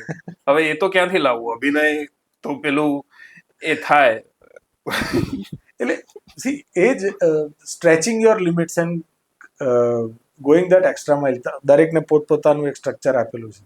હમ મારી 5 ફૂટ 7 ઇંચ હાઈટ છે. હમ હવે 5 ફૂટ 7 ઇંચ હાઈટમાં હું અમિતાભ બચ્ચન ક્યાંથી લાવું મારી અંદર? હમ એ લાવવા માટેની સ્ટ્રગલ એ જ એક કલાકારની સ્ટ્રગલ છે. હમ કે સંજીવ કુમાર જ્યારે ગબ્બર જ્યારે ઠાકુર કરે છે શોલેના, કે હમ ખિલોનામાં એક માનસિક રીતે ત્રસ્ત વ્યક્તિનો રોલ કરે છે, કે કોઈ પણ એમની ફિલ્મ જોઈ લો તો આટલી બધી ઇન્ટેન્સિટી આ માણસ, આ અદ્ભુત કલાકારો ક્યાંથી લાવે છે. કમલ હસનને તમે જુઓ, હમ આજે આપણે જે તારીખે કરી રહ્યા છીએ આ પોડકાસ્ટ રેકોર્ડ, હમ લોકો તો હજારો મિત્રો ફેન ઉપર પડદાની પેલી બાજુ જ્યારે જોશે ત્યારે, પણ આ જ્યારે રેકોર્ડ થઈ રહ્યું છે ત્યારે બીજા એક બહુ સરસ અદ્ભુત અભિનેતાનો આજે બર્થડે છે, હિતેન કુમાર. અને અને બપોરે જ મારે એમની સાથે વાત થઈ જી, અને મેં એમને કહ્યું કે આજે મકરંદભાઈ શુક્લા આવવાના છે, અને એમને કીધું વાહ ભાઈ વાહ. સો હિતેનભાઈ is an amazing actor, very is a wonderful actor, accomplished actor. પણ એમની એક સ્ટારડમ રહી છે. હવે Right. નસીબના આધારે એમને એક સ્ટારડમ દેશ રજવા દાદા પ્રદેશ, પછી એ સ્ટારડમને કન્સિસ્ટન્ટલી કન્ટિન્યુ એમણે 20-22 વર્ષ સુધી કરી, જેનાથી ઇન્ડસ્ટ્રી એક રીતે સચવાઈ સચવાઈ. અને લોકો પછી ટેવાઈ ગયા એમને એક સ્ટાર તરીકે જોવા માટે. હા પણ એમના અમુક પરફોર્મન્સીસ, ખાસ કરીને હમણાંથી જો એમણે એક સિમરન નામની ફિલ્મ હંસલ મહેતાની કરી હા. હતી, જેમાં એ કંગના રણાવતના કંગનાનો. પિતાનો રોલ કરે છે, અથવા તો નાન ખટઈમાં જે હમણાં આવી ગઈ, તો ત્યારે તમને ખબર કે ઓ Hiten Kumar the star is also a great actor. અને એટલે એ એની અંદર પણ એમને પણ એ બધી ઈચ્છાઓ હોય. સો મારે પણ સતત એ જ હોય કે મારે જે ક્લીશે છે, મારા વિશેની જે માન્યતાઓ છે એ તોડવી છે. હમ જે સોહામણો ચહેરો છે, તો કેટલો નેગેટિવ શેડ વાળો કોઈ રોલ હું કરી શકું, કે હા કયું શું જુદું કરી શકું. હા. જેમ કે હિતેન કુમાર, હું અંગત રીતે એમને ગુરુદેવ કહું છું, અને એમણે મને બહુ પ્રેમ આપ્યો છે, અને એક ફિલ્મ પણ સાથે કરી રહ્યા છે, અને ઘણું બધું એમનો પ્રેમને એમને ગુરુદેવ ત્યારે જ કહું છું જ્યારે એમની પાસેથી ઘણું શીખ્યો છું. પણ એટલા જ મને ખબર છે કે તમારી જેમ આઉટ એન્ડ આઉટ પોઝિટિવ વ્યક્તિ છે, કે બહુ જ ગ્રાઉન્ડેડ બધી રીતે, અને આપણને કલ્પના ના થાય કે માં જે લેવલનો નેગેટિવ રોલ આ માણસ કેવી રીતે કરી શકે, કારણ કે આમની અંદર તો માત્ર પોઝિટિવિટી છે. સો અમે બધા જે મિત્રો છીએ અત્યારે 4-5 કે જે 50s છે અત્યારે પોતાના, હા તો હું ઘણીવાર હસતો હોઉં છું કે જેમ કે હિતુભાઈ છે કે હિતેનભાઈ છે, હા તો એ ધે આર જય એન્ડ વીરુસ, હા યુ નો ગુજરાતી ઇન્ડસ્ટ્રીમાં આટલા વર્ષો પછી પણ હજી એ લોકોએ કન્સિસ્ટન્ટલી પોતાનું સ્ટારડમ જાળવી રાખ્યું છે અને માનભેર જાળવી રાખ્યું છે. બીજા ઘણા સ્ટાર્સ છે, સુપરસ્ટાર્સ છે જ of course, but this two are unique. Yes yes હવે જો શોલે તમે જુઓ તો 4 સરખી આસપાસની ઉંમરના મિત્રોની વાત છે. એક છે અમજદ ખાન, એક છે સંજીવ કુમાર, એક છે અમિતાભ બચ્ચન, એક છે ધર્મેન્દ્ર. તો હું મારી જાતને હંમેશા સંજીવ કુમાર અને અમજદ ખાન વાળા ઝોનમાં ઢાળવા માંગુ છું. પછી જય વીરુ બદલાતા રહે, કે કારણ કે જય વીરુ એ જય અને વીરુપણું જાળવી રાખવાનું છે, એ એમની એક જવાબદારી છે. મારે જવાબદારીમાં બંધાવું નથી, મારે છૂટા ફરવું છે, મારે રખડતા રહેવું છે. કારણ કે જો જેમ કે અનુપમ ખેર 27 વર્ષે 75 વર્ષના સારાંશથી આવી શકે, મિથુન એમની પહેલી જ ફિલ્મમાં મૃગ્યા, એટલે I want to explore, I don't want to get in two that zone કે ચલો 10 જરાક બોડી ફિટનેસ ને વાળ આ અને તેને બધું કરીને જેવા છીએ એવા જ છીએ, અને જેટલા વધારે પ્રયોગો થઈ શકે એટલા કરવા છે. ભરતનાટ્યમ બહુ અઘરું છે. મેં એક વખત કથક શીખવાનો પ્રયત્ન કર્યો હતો અને અડધેથી બંધ કરી દેવું પડેલું. મેડમે તો બહુ આગ્રહ કર્યો કે ના ના ચાલુ રાખ, યુ આર ડુઈંગ ગુડ. પણ મને ખબર છે તા થઈ તત, આ થઈ તત, એમાં કેટલી બધી પ્રેક્ટિસ જોઈએ, કેટલા બધા દિવસોની રોજ તમે એક પણ દિવસ વિધાઉટ પ્રેક્ટિસ સ્કીપ ના કરી શકો. તો આ જે અભિનેતા જે બહુ સારા શાસ્ત્રીય ડાન્સર પણ છે, એ ફેઝ વિશે કંઈક કહો કે કેમ શીખવાનું થયું અને ક્યાં તમે એ પરફોર્મ કર્યું. આખું બાળપણ પ્રેક્ટિકલ કરી લીધેલું. શ્યામ બેનેગલ, મહેશ ભટ્ટ, મનમોહન દેસાઈ સુધીના, એલવી પ્રસાદ જેવા કલા દિગ્દર્શકો પાસે શીખી લીધેલું. પણ એ જે શીખ્યા હતા એ શું છે? તમારી પાસે પુસ્તક આવી ગયું છે, વાંચતા જ ના આવડે તો એનો અર્થ કઈ સરે નહીં. તમે you must know the language to understand the literature. એટલે પછી એક સમય એવો આવ્યો કોલેજમાં, જ્યારે હું સેન્ટ ઝેવિયર્સ કોલેજમાં ભણતો હતો, ઇંગ્લિશ લિટરેચર સાથે મેં માસ્ટર્સ કર્યું, ત્યારે કે આની થિયરી કે જે કલા છે એનું એસ્થેટિક્સ આર્ટનું થિયરી શીખવી જરૂરી છે. એટલે પ્રયત્નો ચાલુ કર્યા કે ચલો નેશનલ સ્કૂલ ઓફ ડ્રામા જઈએ, કાં તો FTI જઈએ, કે કોઈ સ્કૂલમાં જઈને પદ્ધતિસરની આની થિયરી શીખીએ. પ્રેક્ટિકલ કરી લીધું, હવે થિયરી કરીએ. ઊંધું, પહેલા નોર્મલી થિયરી શીખવાડે પછી પ્રેક્ટિકલ કરાવે સામાન્ય જીવનમાં, પણ મારી સાથે ઊંધું થયું હતું. ત્યાં અગેન ભરત દવે સાહેબ, નિમેશ દેસાઈ સાહેબ જેવા ધુરંધરોએ મને જ્ઞાન આપ્યું અને મને સલાહ આપી કે તારે જવાની જરૂર નથી NSD કે FTI, ખોટા વર્ષો બગાડવાના બદલે તું એક વધારાની કળા શીખ. અને આ હું હંમેશા દરેક એક્ટર બનવા માંગતા કે ડિરેક્ટર ફિલ્ડમાં આવવા માંગતા કોઈ પણ વ્યક્તિને બહુ જ આગ્રહભરી સલાહ આપીશ કે કોઈ એક વધારાની ફાઇન આર્ટ અથવા કોઈ એક વધારાની પરફોર્મિંગ આર્ટ તમને આવડતી હોવી જોઈએ, બિયોન્ડ બિંગ યોર કોર. મારી કોર છે એક્ટિંગ અને ડિરેક્શન. તો મને વાઇબ્રન્ટ જ્યારે હું કરતો હતો ત્યારે આ બધું એટલું કામ આવ્યું, મારું નૃત્યનું જ્ઞાન અને સંગીતની સમજ. સો એના માટે થઈને પછી મેં કોલેજમાં આવ્યા પછી શરૂ કર્યું ભરતનાટ્યમ. અને 98માં મેં નૃત્ય કોવિદ બોમ્બેની Nalanda dance research centre Bombay યુનિવર્સિટીમાંથી એ પૂરું કર્યું. વાહ. એટલે એ બહુ જ જરૂરી છે. કોઈ પણ કલા, તમને પેઇન્ટિંગ આવડતું હોવું જોઈએ, કોઈ પણ એક વધારાની કળા, કોઈ ઇન્સ્ટ્રુમેન્ટ વગાડતા આવડવું હોવું જોઈએ, જેથી તમને એની લાઈફની જે રિધમ છે એ તમારી કોર આર્ટમાં પણ કામ આવે.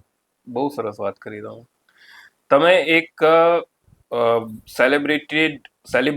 સેલિબ્રિટી આરજે રહ્યા છો બિગ FM માં.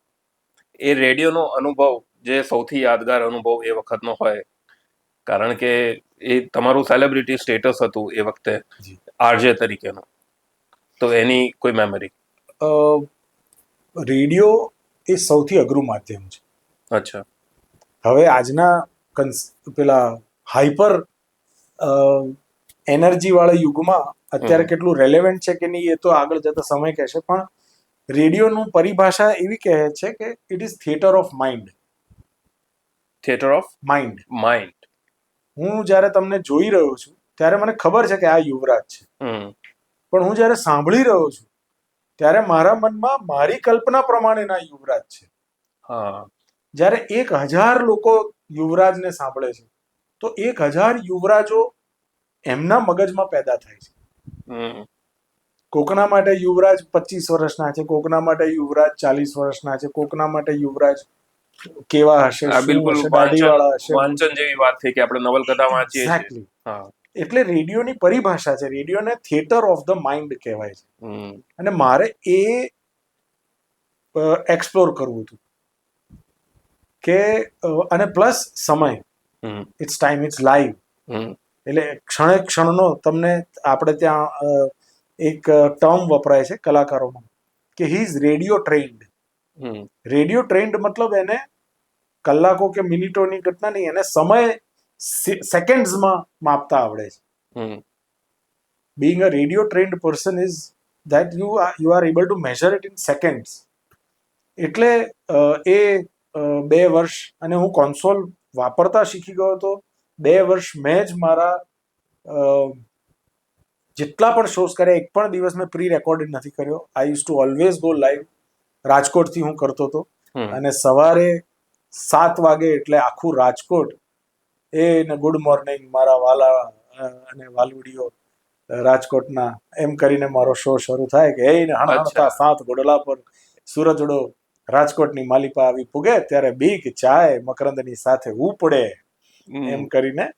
સો અને 2 વર્ષ મેં લાઈવ કર્યું છે, દિવાળી હોળી બધું મૂકીને. That was my training. એ મને પોતાનું બહુ અને બહુ જ આનંદ. આજે હજી પણ લોકો કે તમે જે પેલું કર્યું, નવા નવા બહુ જ આયામો અમે રેડિયો સેક્ટરમાં શરૂ કર્યા, જે પછી આગળ જતા ટ્રેન્ડ બન્યા. એટલે યા ઇટ ઇઝ અ વેરી ફુલફિલિંગ. જે અત્યારે ટ્રેન્ડ છે એના બેઝમાં તમે ક્યાં છો? હા, બહુ બધી નવી નવી વસ્તુઓ. ત્યાં જ મને મારી પત્ની મળી. એ મારા જેવી હાઈપર એનર્જી અને ભરપૂર ગાંડપણથી ભરપૂર. એટલે એ અમે કલીગ્સ હતા અને વી ન્યુ ઈચ અધર. અને એ મારી પ્રોડ્યુસર હતી, મારી બોસ કહેવાય આમ તો. અને બસ એમાંથી પ્રેમ પાંગર્યો અને પછી 2008માં અમે લગ્ન કર્યા. તમે બંને 30 ની આસપાસની તમે લવ મેરેજ કર્યા અને તમારા પત્ની તમને રેડિયો ઇન્ડસ્ટ્રીમાં મળ્યા. તમે બંનેની ઉંમર 30 ની આજુબાજુ રહી હશે, એટલે તમને હું પૂછીશ તો તમે એવું કહેશો કે બહુ મેચ્યોર પ્રેમ હતો. પણ એ મેચ્યોર પ્રેમમાં આઈ લવ યુ કોણે કીધું હતું? કોઈએ નહીં. આજે 18 વર્ષ થઈ ગયા, હજી સુધી કોઈની હિંમત નથી ચાલી આઈ લવ યુ કહેવાની. તો લેટ્સ ગેટ મેરીડ એવું કોણે કીધું હતું? મેં. અચ્છા. એને પણ પરણવું નહોતું, મારે પણ પરણવું નહોતું. એ 28 ની હતી, હું 32 નો હતો. અને બંને તરફથી પ્રેશર બહુ જ હતા કે હવે પરણી જાઓ. બંનેના ફેમિલીઝમાં ખબર હતી કે બંને એકબીજાને ઓળખતા હતા કે કલીગ્સ તરીકે. અચ્છા, આ પેલા બેન જે દૂરદર્શનમાં ન્યૂઝ રીડર હતા, એ ક્યારેક માને મળી ગયા હોય કે દિવ્ય ભાસ્કરમાં પત્રકાર, ઈટીવીમાં. મિત્તલ પણ બહુ આયામી વ્યક્તિત્વ રહી છે એની કારકિર્દી પણ. સો ઈટીવીમાં પ્રોડ્યુસર તરીકે ક્યાંક માને ભટકાઈ ગઈ હોય કે ક્યાંક, એટલે ખાલી ઓળખે કે ઇન્ડસ્ટ્રીમાં આવી એક છોકરી છે અને અત્યારે રાજકોટમાં મકરંદની સાથે જોબ કરે છે.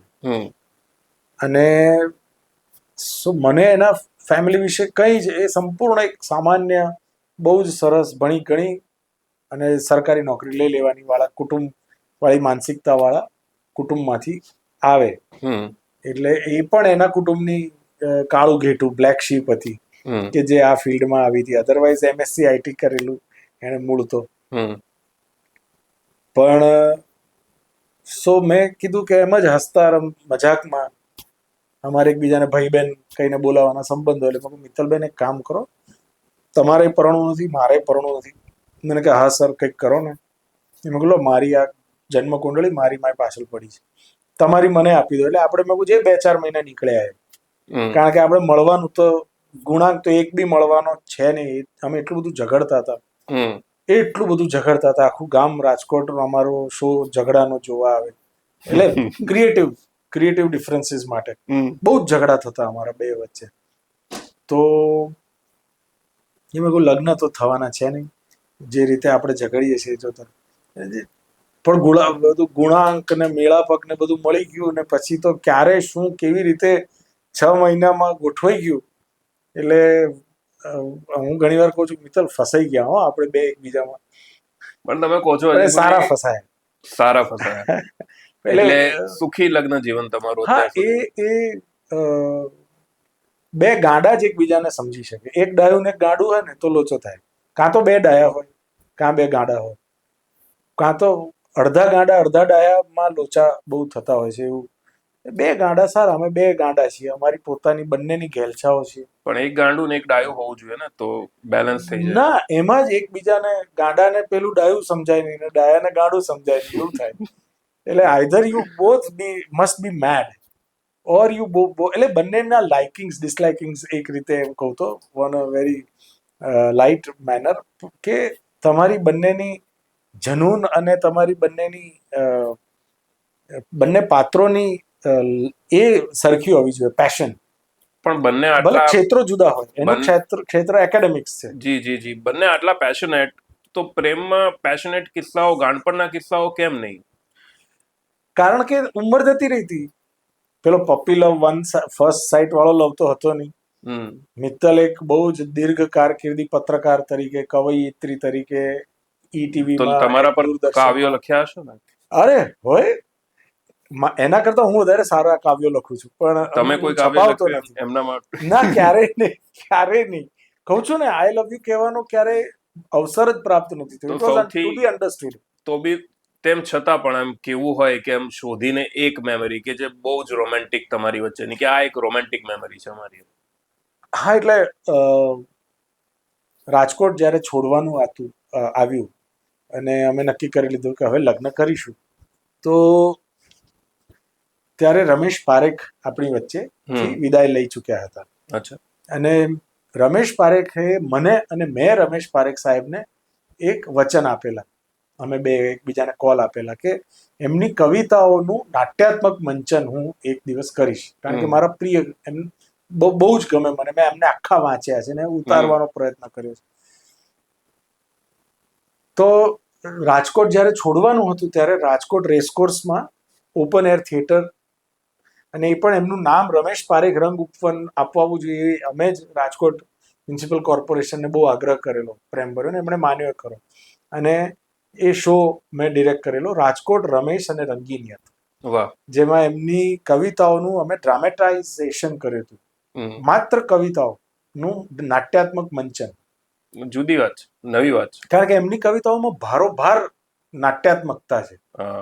આ મન પાંચમના મેળામાં સૌ જાત લઈને આવ્યા છે, કોઈ આવ્યા છે સપનું લઈને, કોઈ રાત લઈને આવ્યા છે. હવે આ 10, 12, 15, 20 કલાકારોના ટોળા સાથે આ કવિતા ભજવાતી હોય અને કલાકારો આ પોતે કવિતા ગાતા હોય, તો એની એ મારા જ્યાં ડાન્સ અને રિધમ ને બધું મારે મિક્સ એન્ડ મર્જ કરવું હતું, ત્યાંથી શરૂ થયું વાઇબ્રન્ટનું મારું ટ્રેનિંગ. એટલે ત્યારે મેં એને હિરોઈન બનાવી મિત્તલને, કારણ કે રમેશ પારેખ સાહેબની રોમેન્ટિક પોએમ્સ અદ્ભુત છે. એક છોકરા અને છોકરી શબ્દ સાથે બહુ રમ્યા છે. એક છોકરાએ સીટીનો હિંચકો બનાવી, એક છોકરીને કીધું લે ઝૂલ, છોકરાને શું એ તો ઝૂલી, છોકરીને શું એ તો ઝૂલી, જે કઈ થયું એ છોકરાને થયું, એના સાન ભાન ચરી ગયું ઘોડું રે. એક છોકરાએ સીટીનો હિંચકો બનાવી, કાં તો પછી એક છોકરીના હાથથી રૂમાલ પડે ને એને લેવા આખું ગામ વળે નીચે. એટલે આવી આખી એમની એક સિરીઝ. સો એ કપલેટ્સ કવિતાઓનું લે, તો that was my most romantic tribute to her. તો પત્ની શ્રી સાથેની પૂછી હતી મેં. હા, એટલે એ મિત્તલને મેં એમાં રોલ કરાવ્યો હતો, અને અભિનેત્રી તરીકે એ આઈ થિંક એની જિંદગીનો પહેલો ને છેલ્લો અભિનય. ત્યાર પછી એણે પરફોર્મન્સ નથી આપ્યું, ડ્રામેટિક પરફોર્મન્સ નથી કર્યું. ખરું, પણ તમારા જીવનમાં ડ્રામા એડ કર્યો છે. હા, ખૂબ. મારા જીવનમાંથી ડ્રામા કાઢી અને મને સામાન્ય એણે બનાવ્યું. આટલો પણ જે કંઈ હું ઠરીને ઠામ થઈ શક્યો, દેટ્સ ઓલ થેન્ક્સ ટુ નહીં ઘરે તો ગુસ્સો કરતા હતા તમે પત્ની ઉપર? ના એવો કોઈ કારણ એ તમારા પર કરતા હતા? ના, અમે બેસ્ટ ફ્રેન્ડ્સ જ રહ્યા છીએ. એટલે ફ્રેન્ડશિપના નાતે જે કંઈ ઝઘડો થાય ત્યાં જ થઈ જાય ને પછી સાંજે તરત જ ચાય પી લેવાની પાછી, અથવા ચા પીતા પીતા જ ઝઘડવાનું કે ચલ હવે આજે તું ઓફિસથી આવ એટલે આપણે ઝઘડીશું. હવે તમારી દીકરી છે તો એ ગુસ્સો કરે છે તમારા બંને પર? ના, એ હર્ષદ શુક્લ નું સ્થાન લઈ લીધું છે. શી ઇઝ ધ બોસ અચ્છા, ઓફ ધ હાઉસ. એટલે બોસ તો ગુસ્સો કરે ને? હા હા હા, એનું ધાર્યું થાય છે ને એના કયા પ્રમાણે જ અમારે વર્તવું પડે છે એકચ્યુઅલી. પણ તેજસ્વીમાં પણ એક ગુણ આવ્યા છે. એના દાદા દાદીની ઈશ્વરની કૃપાથી કલા ઉતરી રહી છે, એ પણ નૃત્ય શીખી રહી છે. અને આગળ જતા કદાચ મને તો એવું લાગે છે કે એને પણ આ વાયરસ લાગી ગયો છે અભિનયનો અને કલાનો. એટલે નૃત્યનો. She wants to act, she wants to, અત્યારે તો મને કહે છે કે તને જે કરવું હોય કર. ક્લાસિકલ કરે છે, ક્લાસિકલ ભરતનાટ્યમ જ શીખી રહી છે. અને પરફોર્મન્સ પણ હમણાં એને એક સરસ ગોતીલો નામની ફિલ્મમાં મનોજ જોશી સાહેબની સાથે એક ફ્લેશબેક સીનમાં એમની દીકરીનો રોલ પણ કર્યો. તો મકરંદ દવેનું એમની દીકરી સાથે, સોરી, મકરંદ શુક્લાનું એમની દીકરી સાથેનું ક્લાસિકલ પરફોર્મન્સ અમને ક્યારે જોવા મળશે? ચલો, તમારા મોંમાં ઘી સાકર અને આને એક ચેલેન્જ તરીકે આપણે લઈ લઈએ. મારે પાછું સજ્જ થવું પડશે કારણ કે મગજમાં તો ડાન્સ અકબંધ છે, શરીરમાંથી એનો સ્ટેમિના જતો રહ્યો છે. એટલે પાછો લાવીએ અને રિયાઝ ચાલુ કરી દઈએ. કારણ કે અત્યારે તો બેક ટુ બેક છેલ્લા 2 વર્ષથી માત્ર અભિનયમાં વ્યસ્ત રહ્યો છું. પણ હા, it would be great to dance together, બાપ દીકરી. એબ્સોલ્યુટલી. ઇન્ડોનેશિયા, તમે 6 ભાષાના પ્રખર જાણકાર છો. સંસ્કૃત જેવી ભાષા જે અમે તો ખાલી શિક્ષકો ગોખાવતા હતા કે આ ગોખી જવાનું, આનું ભાષાંતર આવે એ લખી દેવાનું. એટલે તમે સંસ્કૃત ભાષાના પણ જાણકાર છો. 2-3 વિદેશી ભાષાઓનો સમાવેશ કરીને તમે 6 ભાષાઓ જાણો છો. તમે ઇન્ડોનેશિયા ગયા અને ભારતનું પ્રતિનિધિત્વ કર્યું. ત્યાંના વિદ્યાર્થીઓને ભારત ભણવા આવવા માટેનું પ્રેરિત કરવાની જવાબદારી તમારી પાસે હતી. ત્યાં તમે અઢળક લેક્ચર્સ પણ આપ્યા હશે. એ પ્રેશર, એ આખી વાત, એ શું પ્રેશર હતું? કારણ કે ભારતને તમે ઓફિશિયલી રિપ્રેઝન્ટ કરી રહ્યા હતા. થોડી ક્રોનોલોજીમાં ચેન્જ હું કરું તો પ્લીઝ. 2011માં મને ગુજરાત સરકાર તરફથી, અને this is again all credit goes to આપણા તત્કાલીન મુખ્યમંત્રી ને હાલના માનનીય પ્રધાનમંત્રી શ્રી નરેન્દ્ર મોદીજીને, કે એમની જે વ્યક્તિને પારખવાની અદ્ભુત કળા છે એનું આ પરિણામ કહી શકાય. 2008 પછી લગભગ 2010-11 સુધી હું વાઇબ્રન્ટ ગુજરાતના જેટલા પણ કલ્ચરલ ઇનિશિયેટિવ્સ થયા, જેમાં આપણી નવરાત્રી શરૂ થઈ કે રણોત્સવ, એના ત્યાં શો ડિરેક્ટર તરીકે અથવા કલ્ચરલ કોઓર્ડિનેટર તરીકે વ્યવસાયિક રીતે એઝ અ ડિરેક્ટર કામ કરી રહ્યો હતો. It was a very give and take relationship. એમની સભાઓમાં સંચાલક તરીકે હું, પણ એ મને ઓબ્ઝર્વ કરતા હશે આટલી કીનલી કે એમને કદાચ મારા વિશે ખબર હશે, એની મને સપને ખ્યાલ નહીં. અને હું તો હરાયા ઢોરની જેમ કલાકાર, આપણે એટલે તમામ મસ્તી ધમાલ, દિવસ રાત 24 કલાકનો દિવસ, આપણા માટે રાત કશું હોય નહીં એવું, આપણે તો કલાકાર એટલે એવું એવી રીતે જ જીવતા વ્યક્તિ હતા. એવામાં 2011માં મને ગુજરાત સરકાર તરફથી કે ભાઈ ICCR એટલે કે Indian council four cultural relations, ભારતીય સાંસ્કૃતિક સંબંધ પરિષદ નામની સંસ્થા છે વિદેશ મંત્રાલયની, એની ગુજરાતમાં ઓફિસ ખોલી રહ્યા છીએ. અને અમારે કોઈ IAS કેડરનો વ્યક્તિ કે કોઈ ક્લાસ 1 GS અધિકારી અહીંયા રિજનલ ડાયરેક્ટર તરીકે મૂકવો નથી. સાહેબની ઈચ્છા છે કે રિજનલ ડાયરેક્ટર કલા પારખું અને કલાકાર હોવો જોઈએ, જેને ગુજરાત ઓળખતું હોય અને જે ગુજરાતને ઓળખતો હોય. મેં લગભગ ગુજરાતના દરેક જિલ્લામાં વાઇબ્રન્ટ કરેલું, એટલે મને એના વિશે ખ્યાલ, આ મારો રસનો વિષય. મારી પોતાની જે એમ કહી શકાય કે હસ્તગત મારા ભાથામાં જે કઈ તીર, તો cinema, television, theatre, radio, multimedia, આ બધું પ્લસ ડાન્સ નું મારું. એટલે મને એમણે રિજનલ ડાયરેક્ટર તરીકે પહેલી વાર ગુજરાત સરકાર તરફથી નોમિનેશન થયું અને હું ભારત સરકારનો 9 થી 5 ટિફિન લઈને જવાવાળો ફ્રોમ એન આર્ટિસ્ટ ટુ એ બન્યો. એમાં મારું આ એ હતું પહેલું કામ કે એ વખતે ગુજરાતમાં વિદેશથી વિદ્યાર્થીઓ આવતા નહોતા, બહુ જ ગણ્યા ગાંઠે, આંગળીના વેડે ગણા એટલા. સો પછી અમે 4 વર્ષની અંદર જે મને ટાર્ગેટ આપવામાં આવ્યું હતું કે એના કરતા મેં અડધા સમયમાં અને એના કરતા બમણા વિદ્યાર્થીઓ વિદેશથી લગભગ 60 કરતા વધારે દેશના આજે જે કંઈ ગુજરાતમાં 100-125 દેશના વિદ્યાર્થીઓ વિદ્યાર્થિનીઓ ભણે છે એનો પાયો અમે 2011 થી 2015 નાખ્યો. અદ્ભુત.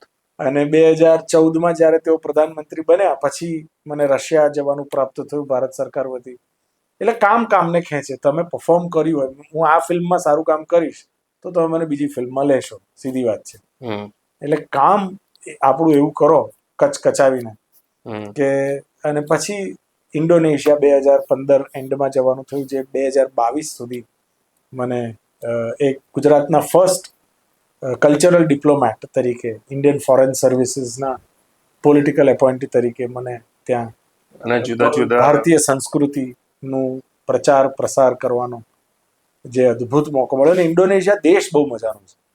ઇન્ડોનેશિયાનો ધર્મ જે છે તો એ દુનિયાનો સૌથી મોટો મુસ્લિમ દેશ છે. દુનિયામાં સૌથી વધુ ઇસ્લામિક, જો લાર્જેસ્ટ ઇસ્લામિક કન્ટ્રી ઇન્ડોનેશિયા, અને એની સંસ્કૃતિ 100% હિન્દુ. એટલે એ જે એક અદ્ભુત કામ કરવાનો મોકો મળ્યો ત્યાંના, અને આખું જે દક્ષિણ પૂર્વીય એશિયાઈ દેશો છે જેની સંસ્કૃતિ હિન્દુ છે, હિન્દુઇઝમ જેને આપણે કહીએ છીએ, એટલે જ હિન્દુ ધર્મથી પર છે. એ બહુ એક અદ્ભુત કામ કરવાનો મોકો મળ્યો. અને ત્યાં આ બધા તીર વાપરી અને શસ્ત્રો વાપરી અને જેટલું પણ કામ થઈ શકે એ હજુ પણ કરી રહ્યા છે, હજુ પણ ચાલુ છે. અને છેલ્લા 2 વર્ષથી બેક ટુ જે સૌથી વધુ ગમતું કામ છે એ સાથે સાથે પેલું ચાલુ જ છે. શું વાત છે. તો ઇન્ડોનેશિયાની જે વૈચારિક ફ્રીડમ અને ભારતના લોકોની વૈચારિક ફ્રીડમ, જે ખુલ્લા મને વિચારવાની રીત, એ સરખી છે કે અલગ છે કે ક્યાં તફાવત છે વિચારોમાં કે લાઈફસ્ટાઈલમાં? ગુજરાત છે ને એ ચાળણી છે સંસ્કૃતિની, જેમ ભારત એ એક ચાળણી છે. બહુ જ બધા કલ્ચર્સ ગુજરાતમાં આવ્યા એની ભૌગોલિકતાના કારણે, અને એમાંથી ચળાઈને પાછું કંઈક નવું સ્વરૂપ બની અને આગળ વધ્યું, જે આખા દક્ષિણ એશિયાઈ south east Asian countries, ASEAN જેને આપણે કહીએ. આ થોડોક ટેકનિકલ વિષય છે, હું જેટલો સરળ બની શકે એટલો બનાવવાનો પ્રયત્ન કરીશ. પણ ઇન્ડોનેશિયામાં એ લોકો આજે પણ ભણાવે છે એક થિયરી પ્રમાણે કે ઇન્ડોનેશિયામાં ઇસ્લામ ગુજરાતના સૂફી સંતો લાવે. હવે તમે 700-800 વર્ષ પહેલા જો જુઓ તો ગુજરાતના જે ઇસ્લામિક સૂફી સંતો હશે એ દરિયાઈ વાટે ઇસ્લામ લઈને ધર્મ એક આખો અને 150-200 વર્ષમાં એક સંપૂર્ણ હિન્દુ દેશ સંપૂર્ણપણે ઇસ્લામિક ધર્મ અંગીકાર કરી લે તો એનો પાવર, આપણો પ્રભાવ કેટલો રહ્યો છે આપણા લોકોનો. કુંફુ માર્શલ આર્ટ્સ, તો એ આપણે ત્યાંથી ઉદ્ભવ્યાનું હવે તો પુરાવાઓ છે આપણી પાસે કે કલ્લરીપાયટુ જે આપણી માર્શલ આર્ટ છે, અને મિઝોરમમાં થાંગડા, આ 2 દુનિયાની સૌથી જૂની સેલ્ફ ડિફેન્સ આર્ટ્સ છે. એમાંથી પછી કરાટે ને જુડો ને ટેકવાન્ડો ને હવે તો કિક બોક્સિંગ ને જાતનું બધું, અને કુંફુ ને શાઓલિન ને એ બધું ફેલાયું બુદ્ધિઝમની સાથે સાથે. એટલે આ બધા છે ને પેલા પ્રવાહો જેવા વાત છે. આ બધી કલ્ચર ઇઝ લાઈક એર, એ હવાની જેમ ફેલાય. તમે સરસ સ્પ્રે છાંટ્યું હોય તો એ તમારી આસપાસ, અથવા તો તમે અહીંથી નીકળી પણ જાઓ તો આ રૂમમાં એ સુગંધ રહે. આ એના જેવી ઘટના છે. સો વી ઓલવેઝ ટેલ કે કલ્ચર ઇઝ લાઈક ફ્રેગ્રન્સ, એ ફોરમની જેમ ફૂટે. અને એક નાનકડી વાત સાથે આ વિષયને હું પૂરો કરું તો ભારતમાં ધર્મ, સંસ્કૃતિ અને જીવન ધોરણ આ ખીચડી બની ગયા છે. હમ જ્યારે બીજા દેશોમાં, ખાસ કરીને ઇન્ડોનેશિયા જેવા દેશોમાં, કલ્ચર, રિલિજન અને લાઈફસ્ટાઈલ, હમ એટલે કે તમારું જીવન ધોરણ, તમારું કલ્ચર અને તમારું ધર્મ, આ ત્રણેય નોખા રાખી શકે છે લોકો, બહુ મોટી વાત છે. એટલે સર્વાઈવ થઈ જાય છે. આપણા માટે રામાયણ મહાભારત ધર્મ છે, હા. એમના માટે કલ્ચર છે. હમ એમના માટે કલ્ચર છે, એટલે ત્યાં છેલ્લા 45 વર્ષથી રોજ રામાયણ ભજવાય છે. હમ ત્યાં રોજ 200 થી 250 મુસ્લિમ કલાકારો સાંજ પડે બાલીમાં અનેક જગ્યાએ રામાયણ રોજ ભજવે છે. એક દિવસ એવો નથી ગયો 45 વર્ષમાં કે જ્યાં રોજ રામલીલા ન ભજવાઈ હોય. હમ આખા ઇન્ડોનેશિયામાં એવા ઘણા પ્રાંતો છે, હમ કારણ કે એ એમના માટે કલ્ચર છે, એમનો ધર્મ નથી. હમ એ પછી પતાવીને સાંજની નમાઝ પડીને સૂઈ જાય છે, હમ 2 બિયર મારીને, હમ કારણ કે લાઈફસ્ટાઈલ પણ પાછી જુદી છે એમની. ખરી. So that is what is unique or different. Hmm જ્યારે આપણે ત્યાં બધું એક છે. It's a very difficult. છૂટું પાડવું અઘરું છે. આપણે ત્યાં ભેગું થઈ ગયું છે બધું. હમ એટલે એ એ એ આપણો પણ પ્લસ પોઈન્ટ છે, અને એમની રીતે એમને પોઈન્ટ ઓફ વ્યૂથી છે તો એમનું સત્ય છે, અને એમના માટે કોઈ ધર્મ જુદો, કલ્ચર જુદું અને લાઈફસ્ટાઈલ સાવ જુદી. હમ એ બીફ ખાનારો દેશ છે, ત્યાં રોજ ગૌમાંસ ખવાય છે. દુનિયામાં સૌથી વધારે ગૌમાંસ આપણે ત્યાંથી જે ત્યાં જાય છે ત્યાં ખવાય છે. ગૌમાંસ નહીં, બોવાઇન મીટ. હમ બરાબર.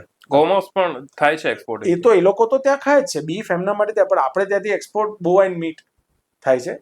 પણ એ લોકો ત્યાં ગૌમાંસ ખાય છે, હમ નમાઝ પડે છે, રામાયણ ભજવે છે, બિયર પીને સૂઈ જાય છે.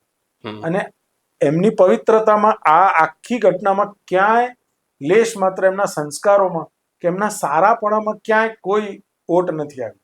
હમ they are amazing people. Hmm amazing. એટલો બધો પ્રેમ આપે તમને, એટલો બધો પ્રેમાળ દેશ છે.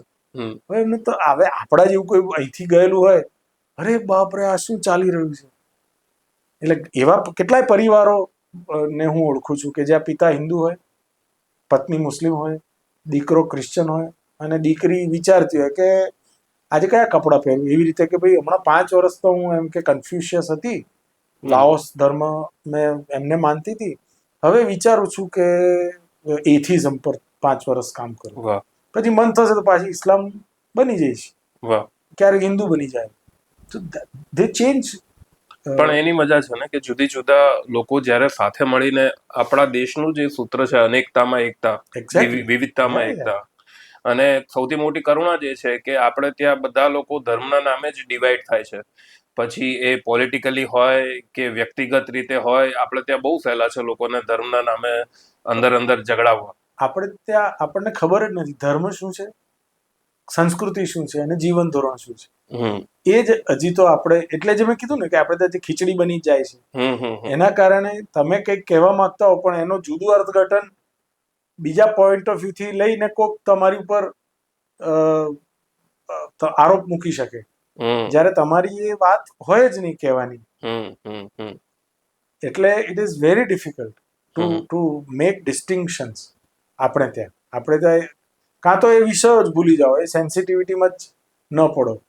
સરસ મજાની મનમોહન દેસાઈ પ્રકારની પિક્ચરો બનાવો, અમર અકબર એન્થની, આનંદ કરો. કાં તો તમે એ પોઈન્ટ ઓફ વ્યૂ પર જતા રહો કે આમાં પડવું નથી ને આને અડવું નથી, કારણ કે બહુ સેન્સિટિવ થઈ જાય છે માણસ. સામાન્ય માણસ માટે બહુ સેન્સિટિવ છે, ખરું ખરું. કારણ કે એને ખબર જ નથી કે આ મારો ધર્મ છે, આ તો સંસ્કૃતિ છે અથવા ટ્રેડિશન છે, અને જે હું જીવી રહ્યો છું કે જીવી રહી છું એ તો સાવ જુદું જ છે પાછું. ખરું. બહુ ગહન વાત તમે કરી. હવે એક જે તમારી ઓળખ છે, મકરંદ શુક્લ બાળ કલાકારની એક બહુ મોટી ઓળખ છે. આજે ફરીથી જો 10 વર્ષના થવાનું સૌભાગ્ય પ્રાપ્ત થાય તો તમે શું કરો? ના, I would like to relive the same life. કારણ કે પર્સનલ જે કારકિર્દી રહી છે મારી, પબ્લિક લાઈફ જે મારી રહી છે, એ તો કરોડો કરોડો આશીર્વાદ હોય અથવા નસીબ હોય તો જ પ્રાપ્ત થાય. જી જી જી. કારણ કે એવા કેટલાય વર્ષો ગયા, 7 થી 8 વર્ષ સળંગ, હમ કે જ્યાં ગુજરાતમાં રહેતે રહેતે હું મુંબઈ જતો અને મુંબઈમાં મેં જે કંઈ પણ 18-19 હિન્દી ફિલ્મો કરી એ સીમા ચિહ્નરૂપ કલાકારો સાથે, દિગ્દર્શકો સાથે કામ કરવાનો જે મોકો મળ્યો હમ એ ગુજરાતમાં રહેતે રહેતે કેવી રીતે અધરવાઇઝ થાય. મુંબઈમાં બાળ કલાકારો નહોતા, મુંબઈમાં ડિરેક્ટર, મારા દરેક હિન્દી ફિલ્મનો મારો એ રહ્યો છે, રેકોર્ડ રહ્યો છે હમ કે મારા કોન્ટ્રાક્ટ કરતા મારું કન્વેયન્સ વધી ગયું છે. હમ. હું બહુ કોસ્ટલી ચાઇલ્ડ એક્ટર રહ્યો છું ફોર વાહ. ધ પ્રોડ્યુસર્સ, વાહ. અને તેમ છતાં મને લોકોએ લીધો છે અને મને ડિરેક્ટરો અને પ્રોડ્યુસરોએ રિપીટ કર્યો છે. એટલે એ તો અને લેજેન્ડરી ડિરેક્ટર્સ સાથે હા, તમે હા. કામ કર્યું છે. બીટ મનમોહન દેસાઈ, બીટ મહેશ ભટ્ટ અને સો ઓન. પતી ગયું. સંજીવ કુમાર થી લઈને અમિતાભ બચ્ચન બંનેની સાથે કામ કરી લીધું, એટલે હવે આમાં આખું સ્પેક્ટ્રમ કેનવાસ આવી ગયું. ખરું ખરું. એમાં જેકી દાદા પણ આવી ગયા, અને મિથુન દા પણ આવી ગયા, અને રાજ બબ્બર ને ઓમ પુરી ને અમરીશ પુરી ને નસીરુદ્દીન શાહ ને આ બધા દિગ્ગજો, જે માંગો તે મળ્યું છે. તેમ છતાં આજે બીજી ઇનિંગમાં તમે હજી બીજી ઇનિંગ જ કહેવાય, એક હા, ગેપ પછી સેકન્ડ ઇનિંગ તમે ચાલુ કર્યો છે અભિનય, અને એકદમ ગ્રાઉન્ડેડ રહીને તમે એવું વિચારતા હો છો કે મારા ડિરેક્ટરને શું જોઈએ હું એને આપું. હું ઇન્ડિયા પાછો આવ્યો કોરોના પછી, ત્યારે બહુ જેન્યુઅનલી મારી પાસે આ એક સવાલ આવીને ઊભો રહ્યો હતો. It was very easy for me કે હું મારું બોમ્બેમાં ઘર હતું, જે મેં હમણાં બહુ કોન્શિયસલી 2 વર્ષ પહેલા વેચ્યું. કારણ કે સતત પેલું મને એમ થયા કરતું હતું કે બોમ્બે જ જતા રહીએ. કારણ કે ઇન્ડિયા આવ્યા પછી હવે બોમ્બેથી જ આપણે શરૂ કરીએ. હવે તો ઓટીટી આવી ગયું છે ને બધું છે. મારી પાસે મારું રાષ્ટ્રીય પુરસ્કાર કક્ષાનું, આંતરરાષ્ટ્રીય મારું જે કંઈ ઓળખાણ છે એ બધું હિન્દી ફિલ્મોના કારણે છે. તો let me start with Bombay. પણ બહુ જ કોન્શિયસલી અમે લોકોએ ડિસાઈડ કર્યું, બહુ જ પ્રોપર રિસર્ચ કરીને, કે જે રીતે છેલ્લા 8-10 વર્ષમાં જે દરમિયાન હું બહાર હતો ઇન્ડસ્ટ્રીથી, એ દરમિયાન જે રીતે ગુજરાતી ફિલ્મ ઇન્ડસ્ટ્રી પાંગરી છે અને જે સ્કોપ અને પોસિબિલિટીઝ ગુજરાતી સિનેમામાં છે અત્યારે, ગુજરાતની સિનેમામાં એટલી બીજી કોઈ રિજનલ સિનેમામાં નથી, એટલી તો હિન્દી સિનેમામાં પણ નથી. અને that is why I decided કે જ્યાંથી શરૂ કર્યું હતું ગુજરાતી સિનેમાથી, ને પછી પાછા બોમ્બે ગયા હતા રાષ્ટ્રીય કક્ષાએ, જેને એમ કહીએ કે રિજનલથી શરૂ કરીને નેશનલ લેવલે ગયા. એવી રીતે મેં કહું હવે ફરી અહીંથી જ શરૂ કરવું છે મારે. અને લખીલી એ દરમિયાન કારખાનું અને સંઘવી એન્ડ સન્સ ને આ બધી ધીમે ધીમે, આ વર્ષે મારી બહુ જ બધી ફિલ્મો રિલીઝ થશે. જે ગયા વર્ષે મેં કામ કર્યું છે એ સરસ સરસ મને ગમતી ફિલ્મો આ વર્ષે આવશે. હા, એ તો તમે સેકન્ડ ઇનિંગમાં જેવી એન્ટ્રી મારી, અને એન્ટ્રી મારતાની સાથે જ તમે બેક ટુ બેક ફિલ્મો એક પછી એક ક્વોન્ટિટીમાં કરી રહ્યા છો. એમાં આવી સુંદર ફિલ્મો પણ વચ્ચે મળે છે, કારખાનું અને એ પ્રકારની.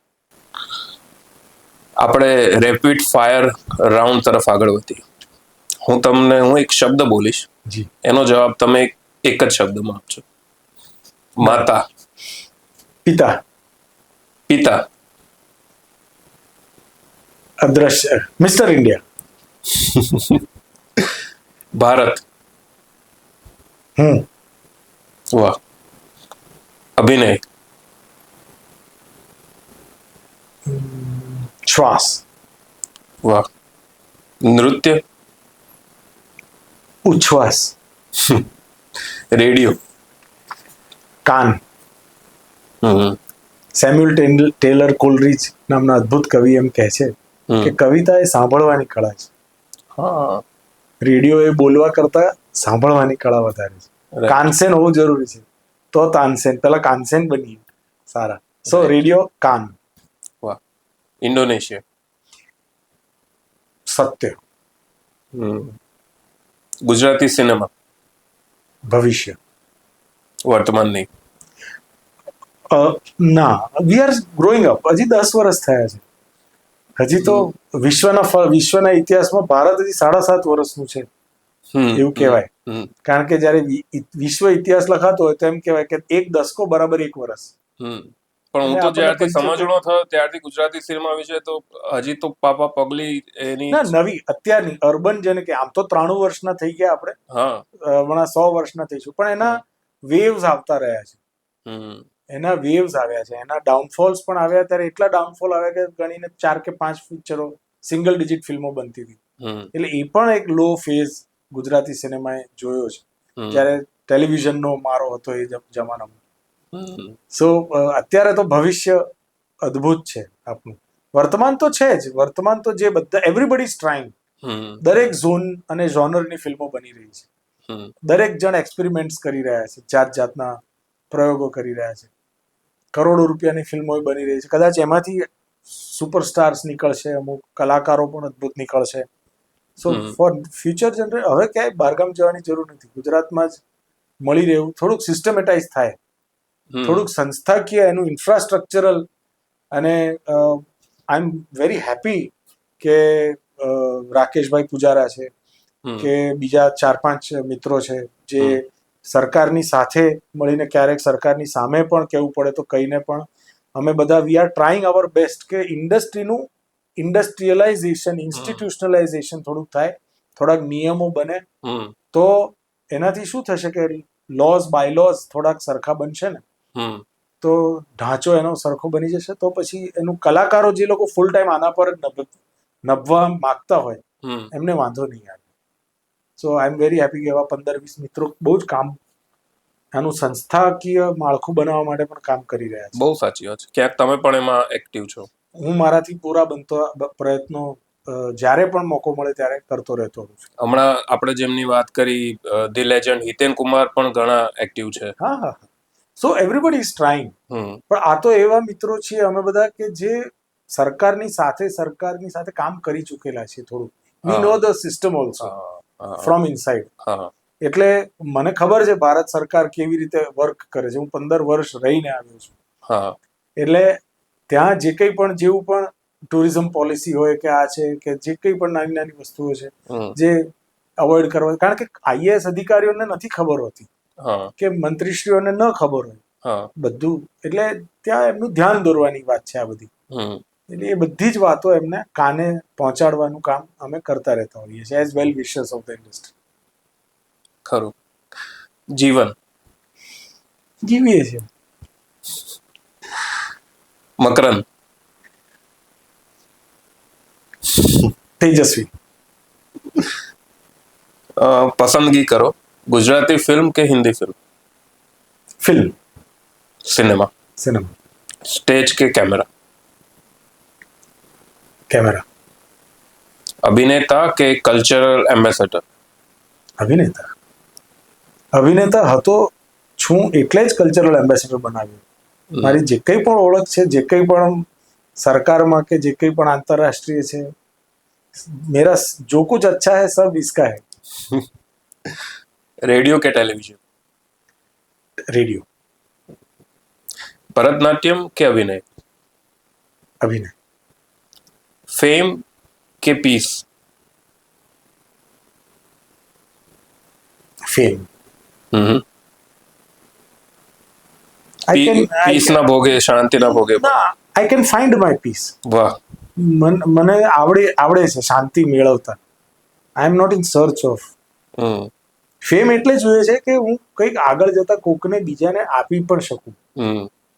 પીસ તો મારા માટે પીસ સ્વાર્થી થઈ ગયું. It's a very selfish proposition. વાહ. માતા કે ગુરુ? માં. અને માં ગુરુના સ્થાને? ના, ગુરુઓ તો બહુ જ રહ્યા છે. બહુ જ મને ગુરુઓ રહ્યા ને સારા ગુરુઓ મળ્યા. એટલે માં કરતાં વધારે માં પાસેથી ઓફકોર્સ જે કંઈ શીખવા લાયક હોય. લોહી છું એટલે ઇન્સ્ટિંક્ટિવલી પણ હસવું, રડવું કે એ બધું અમુક ઇન્સ્ટિંક્ટ તો માની જેવી જ અભિનયની કળાઓ આવવાની. પણ આમ શીખવા નથી મળ્યું મા પાસેથી. કારણ કે અમે બંને જણા 12 સાંધો ત્યાં 13 તૂટે વાળી ઘટનામાં જીવતા હતા. એટલે એમાંથી જ ઊંચા આવીએ તો કંઈક, પણ તોય ટકી ગયા. એ માની મહાનતા છે. બાળ કલાકાર કે આજના મકરંદ? આજનો મકર, વર્તમાનમાં જ રહેવાનું. છેલ્લો ટેક કે પહેલો ટેક? પહેલો ટેક. આઈ એમ ઓલ્ડ સ્કૂલ. હમ અમે ફિલ્મના એટલે ફિલ્મ પર પટ્ટી પર શૂટ કરીને ટ્રેન થયેલા છીએ. એટલે 10 રિહર્સલ કરી અને પછી પહેલા ટેકમાં જ ઓકે થઈ જાય એવી જ ઈચ્છા હોય. હમ આજની પેઢી હવે ડિજિટાઇઝેશન થયા પછી ચલો ટેક લેતે हैं ફટાફટ, ટેક કરતે કરતે આ જાયગા. હમ એ એક જુદી ઘટના છે. એનું પાછું જુદી ટ્રેનિંગ લેવી પડે. જે ઓલ્ડ સ્કૂલ હોય ને એ લોકોએ. આપે અનેકવાર ઉલ્લેખ કર્યો કે આ તમારા જીવન ઉપર ફિલ્મ બની શકે. એ એટલું બધું ફિલ્મ કરતા પણ ફિલ્મી તમારું જીવન રહ્યું છે. તો આપણે બનાવી જ નાખીએ જો એ ફિલ્મ, તો એને જો ટાઇટલ આપવાનું હોય તો એ શું આપી શકાય અને કેમ? મારી જો બાયોપિક બનાવવાની હોય તો કાશ. વાહ. કારણ કે ઘણા બધા પછી પેલા ટપકું ટપકું ટપકું હોય છે ને, અને એની જ મજા છે. બધું મળી જાય તો પછી કાશ પણ અનેક રીતે રિલેટેબલ હતી તમારા માટે. So Kaash would be a good title. મકરંદભાઈ, તમારી સાથે જેટલી વાતો કરીએ છતાં એવું ફીલ થાય કે હજી વાતો કરતા રહીએ, અને ઘણી બધી બાબતો, ઘણી બધા પ્રસંગો તમારા જીવનને આવરી લઈએ તો એવું થાય કે હજી ઘણું છૂટી જાય છે. પણ આજે બહુ જ મજા પડી તમારી સાથે વાત કરીને. અને નવી જનરેશનને અને કોઈ પણ જનરેશનને તમારી પાસેથી શીખવા માટે ઘણું બધું છે. તમે જેવી રીતે જીવનને ટેકલ કર્યું છે, ચેલેન્જીસને ટેકલ કરીએ છે, અને એ બધાની વચ્ચે તમે હંમેશા હસતા મોઢે સૌથી સફળ વ્યક્તિ અને સૌથી સુંદર કામ કરતા વ્યક્તિ તરીકે બહાર આવ્યા છો. તો આઈ એમ વેરી શ્યોર કે આ સફર યાત્રા સાંભળી અને દર્શકોને બહુ જ મજા પડી. Thank you so much, thank you. બસ આશા રાખીએ કે કંઈક સારું શીખવા મળે જે કંઈ પણ મને કરવા મળ્યું એમાંથી. એટલે મારું એ કર્યું વર્થ ઇટ છે. આ શોની એક ટ્રેડિશન છે. જી. હું એક પ્રેમ પત્ર આપું છું. અરે વાહ. આ મારી લાગણી છે. તમે અનેક સન્માન, એવોર્ડ્સ, ટ્રોફીઝ મેળવ્યા હશે જીવનમાં. એ બધાની વચ્ચે આ સ્થાન પામી શકે એવી મારી એક નાનકડી લાગણી છે. આમ તો મારી નહીં, દરેક કલાકારોની અને આપણા દરેક ચાહકની લાગણી છે. મેં માત્ર એને શબ્દો આપવાનો આ પત્રમાં પ્રયત્ન કર્યો છે. Thank you so much. પ્રિય મકરંદભાઈ, કેટલાક લોકો જીવન જીવે છે, કેટલાક લોકો જીવનને અનેક અધ્યાયોમાં જીવે છે, અને બહુ ઓછા લોકો એવા હોય છે કે જેમનું આખું જીવન જ એક પ્રેરણાદાયક મહાકાવ્ય બની જાય. તમારી સફર એવી જ એક સફર છે. 3 વર્ષની ઉંમરે બાળ કલાકાર તરીકે શરૂ થયેલી યાત્રા પછી હિન્દી અને ગુજરાતી સિનેમાના દિગ્ગજો સાથે કામ, શાસ્ત્રીય નૃત્ય, સાહિત્ય, રેડિયો, રંગભૂમિ, વહીવટ, ભારતના સાંસ્કૃતિક રાજદૂત તરીકે વિશ્વમાં દેશનું પ્રતિનિધિત્વ, અને આજે ફરી અભિનેતા તરીકેની નવી ઇનિંગ્સ. આ બધું માત્ર કારકિર્દી નથી, આ તો સતત પોતાને ઘડતા રહેવાની એક સાધના છે. પરંતુ તમારા જીવનનો સૌથી મોટો પાઠ કદાચ સફળતા નથી. તમારા પિતાના વિયોગને સ્વીકારીને વર્ષો પછી તેમને શોધવાની તમારી ધીરજ, અને તમારી માતાના સંસ્કારોને જીવનભર હૃદયમાં રાખવાની તમારી કૃતજ્ઞતા, આ બંને તમારા વ્યક્તિત્વને અસાધારણ બનાવ્યું છે. મને વિશ્વાસ છે કે એવોર્ડ્સ, હોદ્દા અને તાળીઓ સમય સાથે બદલાય છે, પણ માણસના સંસ્કાર, વિનમ્રતા અને જીવન જીવવાની રીત જ તેને અમર બનાવે છે. આજે ફ્રોમ ધ ડિરેક્ટર્સ ચેર પર અમે માત્ર એક અભિનેતાનું નહીં, પરંતુ એવા એક માણસનું સ્વાગત કર્યું છે જેણે દરેક નવા અધ્યાયમાં પોતાને ફરી જન્મ આપ્યો છે.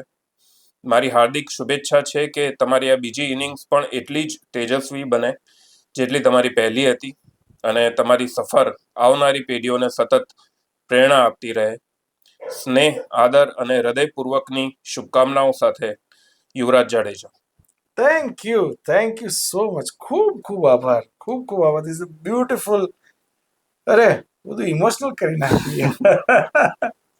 આઈ cherish this for a long time. Thank you so much વાલા ભાઈ યુવરાજ, અને ફ્રોમ ધ ડિરેક્ટર્સ ચેર માટે મને આમંત્રિત કરવા બદલ. અને આશા છે કે અમારી આજે વાતચીત થઈ મસ્ત, ખૂબ દિલ ખોલીને વાતો કરવાનો મોકો મળ્યો. તમને એમાંથી કંઈક જો એકાદું ફૂલ ને ફૂલની પાંખડી કંઈક યાદ રાખવા જેવું નીકળી આવે તો એ અમારું સાફલ્ય હશે. અને બસ હું હંમેશા કહેતો હોઉં છું એમ, મને કોકે કહ્યું હતું અને હું કહું છું, જેથી આગળ જતાં તમે કોકને કહી શકો, સ્વસ્થ રહો, વ્યસ્ત રહો અને મસ્ત રહો. જે તમે છો. Thank you so much Makar. Thank you so much.